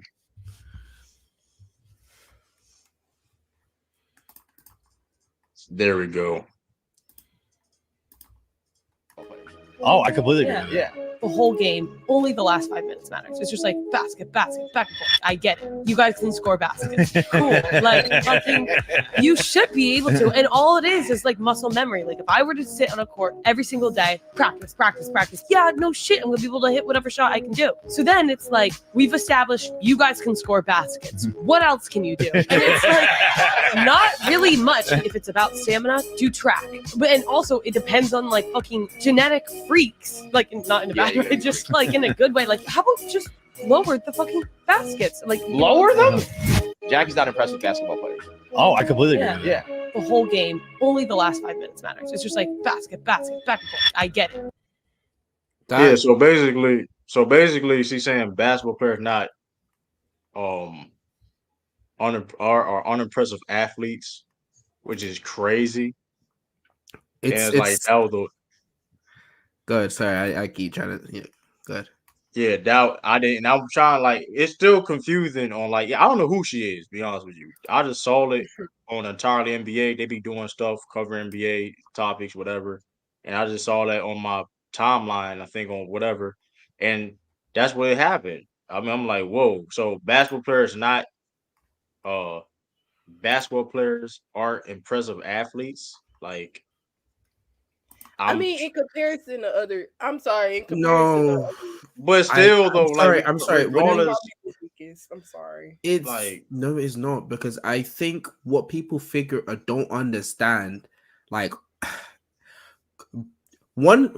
first things first, the ability to consistently play, especially when it gets there, like when we get into the playoff situations, consistently having to guard certain rotations and certain actions and having to hedge and recover and all of that type of stuff for 20 minutes set for 24 seconds straight. They're constantly trying to pick apart on your defense, and then you're asked stop at a drop of the hat and try and run to the other side of the court, and then now try and set up your own offense where you're constantly moving as well, and you're still in that back and forth consistently for like 3-4 minutes straight. There's no real time for you to really rest, unless you're like one of those corner shooters. I think people don't understand how much stress and strain that does put on your body to be constantly going up and down, especially thinking if you're like a big who's having to now guard another big who's probably gonna be in a dunking spot, have to play drop or hedge up to the level of the screen, then drop back, then having to now, when let's say they missed the shot, it hits the rim. Now they're having to now battle their big to try and grab the rebound, pass it to their guard, and now they're trying to outrun the big to get to the front. I don't understand. I don't understand how. Yeah, when it comes to stamina-ish. Putting it simple as terms though is like, bro. I mean, basketball is one of the only sports that you play offense and defense simultaneously. Like you can be you be on offense, the next thing you know, you on defense in a second, back and forth. The stamina, like 94 feet, like that's not easy to do when it comes to that. Like playing those many minutes like that, playing offense and defense is like that's not. I mean, that's unimpressive. It's crazy, especially when you've seen guys. I mean, we've seen players back in the day playing in chucks, playing 48 minutes per game. So I mean, I don't know how that's not impressive. Or like you see the dunks, you see the things you can do with a basketball. Like, everybody's able to play basketball, but like there's certain things you can do on a basketball court that is like we've seen people do 360 dunks in games. That's not easy. That's not impressive. But that's not quote unquote really like that. Can't nobody convince me that basketball is not. That's probably I ain't gonna say weakest, but it's I'm saying athletes and impressive. In general, like obviously to the normal person, that's of course I'm not gonna be able to do what Steph Curry and all these basketball players do. But when I compare what Steph Curry doing to like, let's go like Messi, what Messi be doing on the soccer field, I would say Messi's job is 10 times harder than what Steph Curry got to do on a basketball court. We talking about. I mean.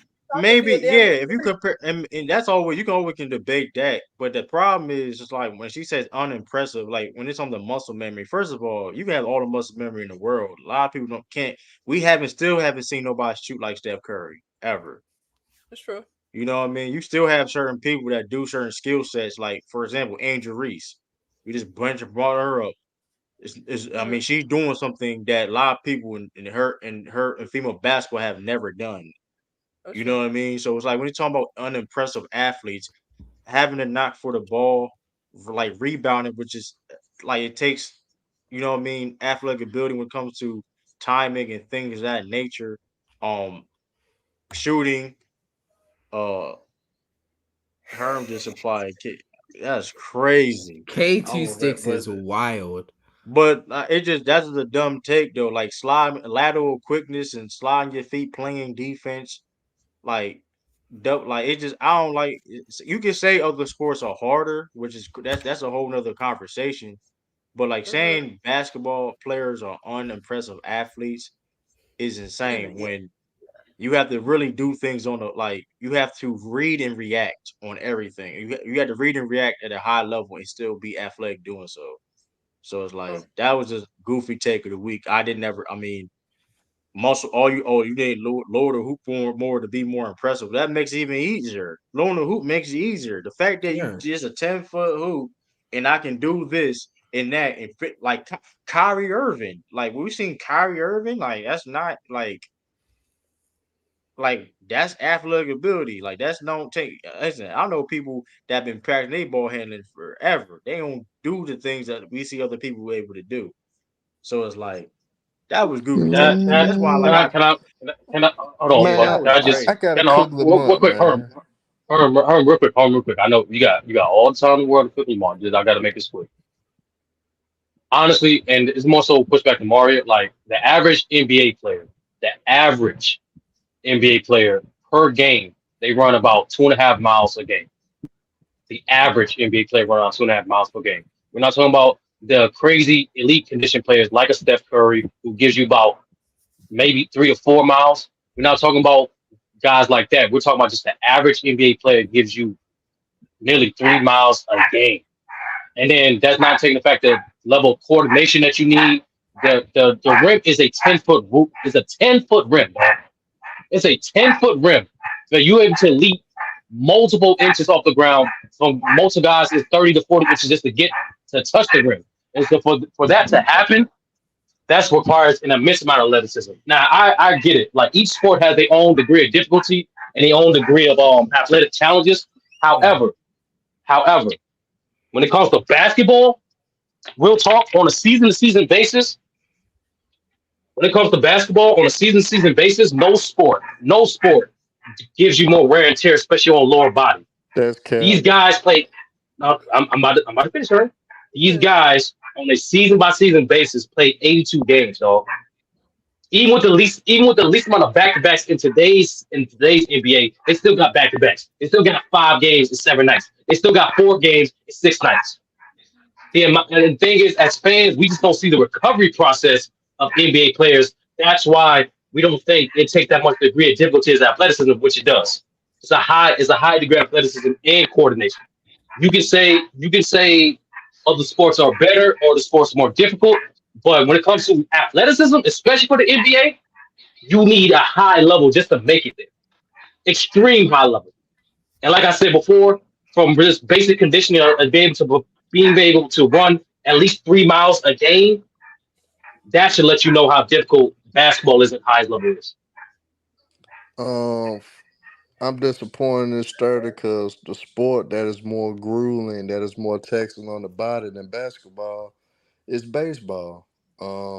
Baseball players are some of the best athletes in the world. You remember back in the day, they used to have those slam dunk contests with all those baseball players in the Griffiths, the Barry Bonds, all them.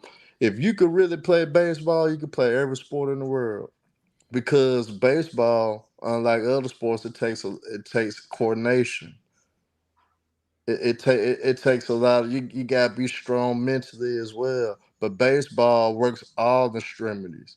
You play 162 games. You gotta do spring training, so you playing over 2. And then if you make the playoffs, you down there playing almost 250 games a year. They play a lot. And then you got summer league sometimes a day because they got the summer league classics for USA versus the Worlds and all that. So baseball typically only gets a month and a half of rest a year.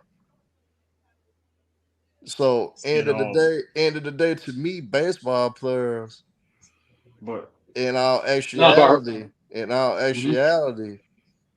is the best athletes in the world, honestly. But I think Herm, we can get into that, and that's a different conversation. But I know you got into it late. The conversation was the lady saying basketball is not a high degree of difficulty sport for athleticism. Period. That's what she said. She ain't compared to no other sport. She just said it's not that hard to play basketball from athletic standpoint. Could you play that video again just for Herm to really understand? Yeah, just because Herm got back, he really listened to it. That they was not so much what's the hardest, because like I said, Herm, every sport has to me. I completely agree. Yeah. The whole game, only the last 5 minutes matters. It's just like basket, back and forth. I get it. You guys can score baskets. Cool. Like fucking, you should be able to. And all it is like muscle memory. Like if I were to sit on a court every single day, practice. Yeah, no shit. I'm gonna be able to hit whatever shot I can do. So then it's like we've established you guys can score baskets. What else can you do? And it's like not really much if it's about stamina. Do track, but and also it depends on like fucking genetic freaks. Like not in a bad way, just like in a good way. Like how about just lower the fucking baskets? Like lower them? Jackie's not impressed with basketball players. So sorry, I kind of, but Go, go, I go, go, kind of go, go. assume we don't like. I feel like there is a lot of context missing prior to her making that initial statement. I assume that she was probably more than likely trying to compare sports, but she probably Yeah, was. but That's just what I assume. even if you do that, like like I said, we ain't gonna get into like other sports per se because like I said, I've you know what I mean other sports ain't easy. I'm Like trying to soccer figure and out all those stuff ain't either easier. why I said was a But bad. but saying that playing basketball is unimpressive, it's still crazy though. Like I'm not gonna say that with any other sport. So why I say that for like when That her basis you have to. argument was a lie. Yeah. Yeah, it's just stupid. You can argue if other sports are more is harder. That's a different conversation. But saying that basketball athletes are unimpressive is like that's insane. When we've seen things that like normal people cannot do that play. Like I don't like this. I don't know. Like the miles that people run. You gotta run. You gotta shoot. You gotta be physical. You gotta be strong. You have to lift weight. You gotta do things like other sports to do. So. Yeah, that was good for take of the week. That's what I really when I first saw this, I was like, listen, man, I had to get this because this was crazy. You know what I mean? What Marcus I don't said know if was she said crazy. that. I don't know if she said. I don't know why she said that because majority of people play or black are in the NBA. I don't know. I mean, allegedly, I don't know. I mean, that was crazy to me, man. We I don't know had the to name. listen to the her whole premise though to I really. try to find it. I try to find. I don't know if I can. I mean, I try to find it. I mean, I would because I would put more context to Cause it. that do I mean, sound I could. bad now. That clip you played did sound bad. Like she I mean, coming I from don't a know, bad man. place. And it's allegedly too. I don't know if it was a race. I'm just putting. I mean, I'm just trying. But Yeah. listen, man. That was goofy take of the week, man. But listen, man. Like I said before, man. Goofy take of the week, man. It could be a comment somebody said. Listen, don't get caught slipping. I will be watching. I will be watching. Damn, You I done think I'm got not caught watching? slipping, man. I done caught slipping. I got caught slipping with That the I Asia hold Wilson on. That stuff. Spurs take. I ain't gonna hold you. I'm gonna put that. I'm gonna put that Spurs take. You said last week. I ain't gonna hold you though. When I saw this. You talking about the Spurs making the playoffs? No, he's No, saying the the Spurs Spurs are not not being a a dynasty. dynasty. That's I'm crazy. gonna put that. Oh. This saved you. This saved you, low key though. This kind of saved you. Like I ain't gonna hold you though. I'm putting out. I'm putting out there. You know what I mean? That's behind the scenes. Besides crossover behind the scenes. You know what I mean? By true to like nah, but that was crazy. Oh, But yeah. before we get in the chat warrior of the week, just a quick fast break. Shout out to the U17, bro, like the U17 team for continuing the tradition, maintaining dominance, going 51-0. I understand they technically Undefeated. did it last week, but we missed it. But shout out to them, bro, showing that to quote True the King, tell the world to catch up. I That's mean, simple, listen, you dog. see it. They said we need to worry about. You saw it. Listen, we are undefeated in under a 17 play. We undefeated. We ain't never lost. We never lost. So Never lost. so You know so what I mean? just to remind people, Ball, ball. not only our U17 team is undefeated, but also our women's basketball team is undefeated. But Never apparently lost. the international world caught up somehow. But okay. Second thing is on fast break. Don't forget, people, we got some scrimmages going on. We got some NBA basketball showcases going on throughout this week. We got tonight's game against USA against Canada. That's at 10:30 p.m. Eastern time, a little late, but nevertheless, it's on Fox Sports. Y'all should definitely watch it. But as you see on the schedule for the rest of the week is USA versus Canada, USA versus England, Siberia. No, that's not. That's Uh, Australia. That's That is Australia. no, I'm from Australia, Australia. my Australia. guy. Yo, you be I'm hating doing us shit. English people, That man. Siberia, was That's crazy. sad. South Africa. That was All these crazy. dudes, man. This is just a schedule for the showcase for those who don't know. Australia and England, the same place, bro. And lastly, for my video game players out there, 2K25 coming, man. 2K25 coming.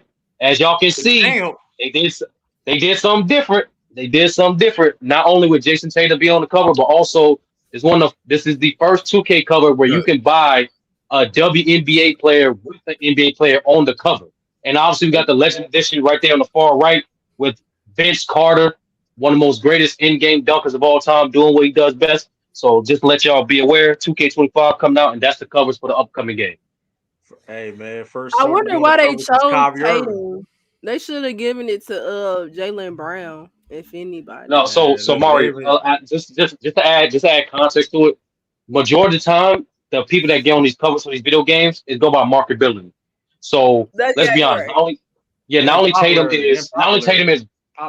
that's marketability. So not only Tatum is, let's be honest, not only Tatum is better than Jaylen Brown, but he's way more marketable than Jaylen Brown for reasons that we all know is BS. But nevertheless, Jaylen Brown as an easygoing personality, most importantly his style of play, and obviously being in Boston don't hurt either. That results him in getting so much attention. That's the reason why he was top 5 in jersey sales the last 2-3 seasons. There's a reason why he's top 15 in shoe sales the last 3 to 4 seasons. So the marketability dictates who gets on these covers, than opposed to awards or whatnot. And Jaylen Brown can always get on. Listen, man, like he ain't retiring. You can get on another cover. You know he ain't coming. I mean, there's a lot of people that be on 2K that you thought you never get 2K cover, but I mean, hey, I just got on just so I could be able to ask Hollywood Herm, how many times is Mario gonna have to keep cooking your ass on this WNBA topic before you realize to just leave this shit out the way? Just stop talking about the WNBA. I know people be desperate for Hollywood Herm to get cooked, so I understand where you guys are coming from. But for some reason you keep his lips like this. Mario would prefer not to cook her Memphis brethren, but you keep forcing her to have to do it. Nah, but has she cooked me with she's not the GOAT. She's not in the GOAT conversation. People are caught up in the moment. I don't think she ever said that. Because it's in the moment. And on top of that, it's not impressive. It's not impressive that she's an all-time leader scorer for the Aces. Hell, ain't no great players really come out off that team like that. Off that franchise. Wait. You gonna knock her? You gonna knock her? No, you are knocking her because the Aces haven't been here that long. So then, by that logic, I guess what Cynthia Cooper did for the Houston Comets wasn't that impressive because there wasn't nobody before her, right? That's the logic, right? No. Because the Aces ain't been here that long. This is how I count it casual. She came into the league. She came into the league at 34. She wasn't even in her prime. Okay, so it's impressive because she was old as shit. It's impressive because she was old as shit. I know. Listen. Damn, that's crazy. End of the day, Adrian Wilson can't tie Cynthia Cooper's shoes, man. That just end of the day right now. That sounds more. I ain't gonna lie to you. That sounds more like a feelings thing than facts. But you know what? Go ahead. Facts though. Caught up in the moment. Okay, let's get it. I appreciate y'all. No, but that wasn't the only reason why. Hold on, Sturdy. That wasn't the only reason why I came on. True, stop lying on me. Stop lying on me. I did not say that Jaren Jackson. I did not say that Jaren Jackson. No, I did not say. I did not say Jaren Jackson Jr. was better than Ja Morant.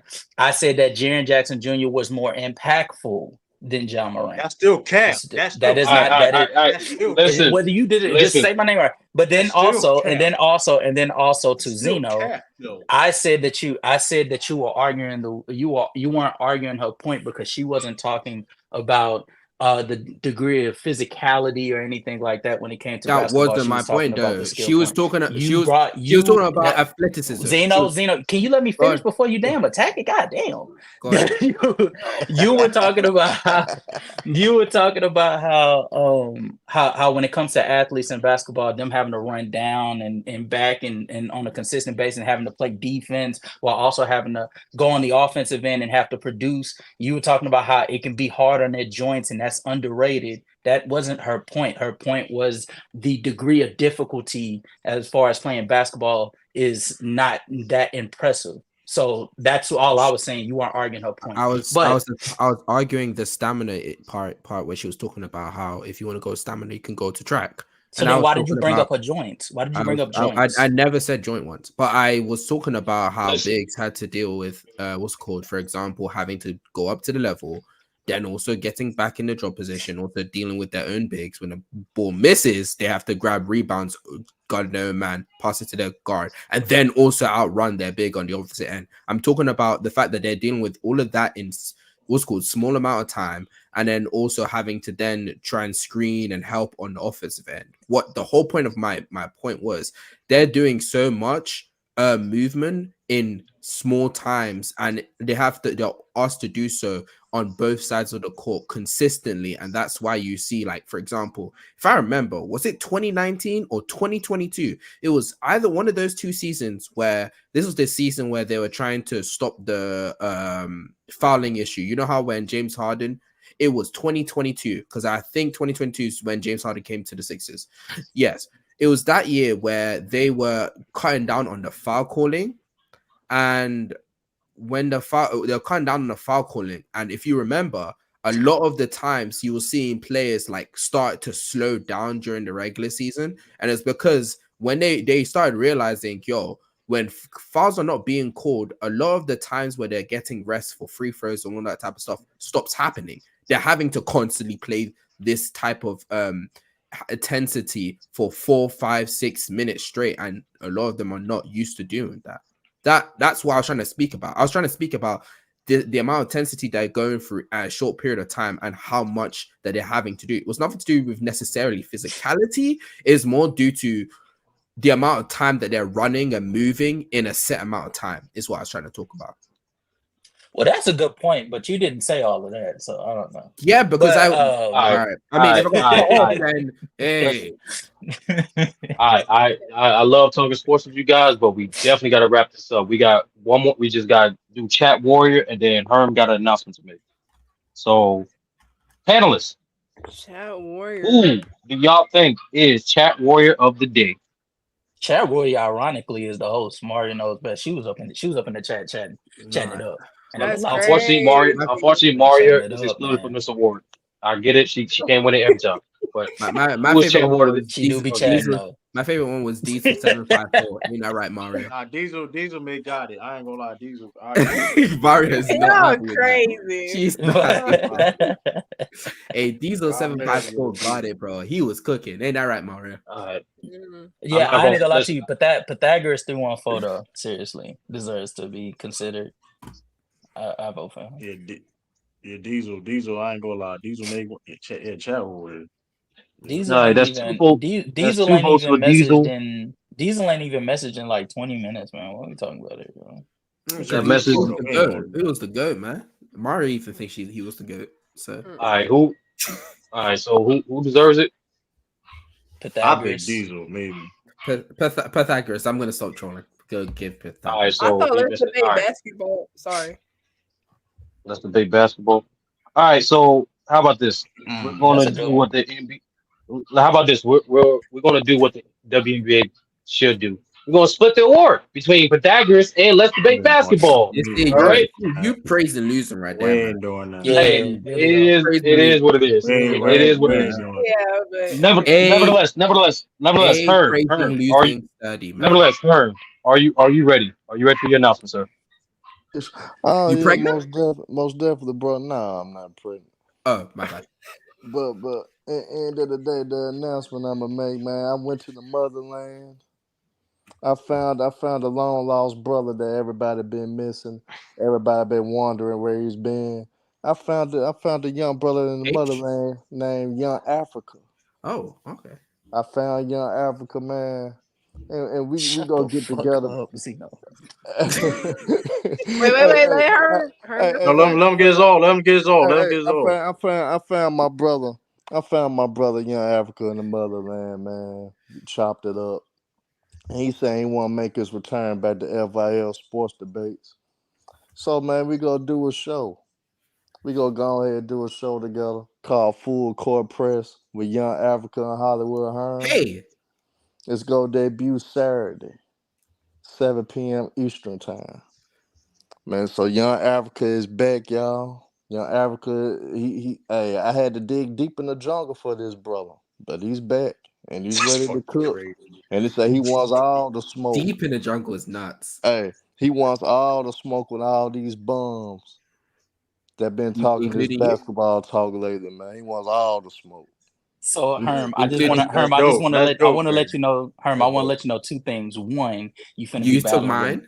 You finna be battling with Full Court Press over on Vanity Sports Debates. I just want you to know that. But then also, I want you to also know, I offered Africa a year supply of fufu if he came to to co-host with you. So shout out to y'all, man. That's crazy, casual. Bro said fufu, but not pounded yam, not jollof rice. Hey, man, that's dope. But that's dope to listen. So catch them every Saturday, man. Listen, Full Court Press. Catch them every Saturday. And catch us back again on Wednesday afternoons, 4:15. Also, just to watch another Mario episode. Come on now. And also, too, don't forget to subscribe to our channels in the chat. Me, Maria, True to K TV channel with Vandy Sports. Oh, I'm about to put Vandy Sports on. Hold on, let me see. Yeah, see how True's not being professional. What you mean not being professional? What you trying? I'm giving. You know what I mean? That's crazy. I'm about to go try to Vandy Sports. I'm about to put a link in the chat now. Go to Shop Vandy Sports if you want to see Casual and Zeno out there, cooking up out there. You know what I mean? Guys just over there, casual. Brandon, all them guys. Not me. You know what I mean? Go subscribe to Vandy Sports and put in the chat. Like I said, go subscribe to my channel, True to K TV. Like Maria, go subscribe to her. Maria knows best. You know what I mean? You like Memphis, Mariah knows best. If you like Memphis, WNBA content, Memphis Grizzlies content. You know what I mean? Even though listen, she about to vibe when they True get our retirement debate. Mariah, I mean, we technically were supposed to, but we know, man. I don't know. I'm retired, dog. He's afraid. He's afraid. Not gonna lie. Also, Rumble the Ring show this Sunday. Don't forget Rumble the Ring show, wrestling show, 7 p. I said 7 p.m. 5 p.m. Eastern Standard Time. Like I said, Herm and Young Africa, 7 p.m. Oh, Johnny, go James Kingdom. Y'all see the live? It's up. It's scheduled 9 p.m. Eastern Standard Time. With the exposure, Johnny. Don't be scared. I ain't listen. I ain't getting all that talkable. But listen, what else I forget? Oh yeah, Sturdy will have a channel soon. Like I said, hey man, Sturdy will have a channel soon. So stay tuned for that. I'm just making shit up. I ain't gonna hold you though, because he got to listen. Sturdy will have a channel soon. So listen, I'm just putting it out there. What else? We got to touch anything? At some point in this lifetime, he will. Yeah. What? Sometime he will decide that it's time. And anything else? We got. No. Shout out to the 140. Shout out to the 141 people that was here. Shout out to 500 people, to the 600 people that was here. Shout out to the subscribers, the new subscribers, to the chat. We appreciate y'all. And just like I True alluded to, we just definitely is not the end. It definitely is only the beginning. We got more content for y'all coming soon. I promise. But nevertheless, we out. Stay easy. Peace.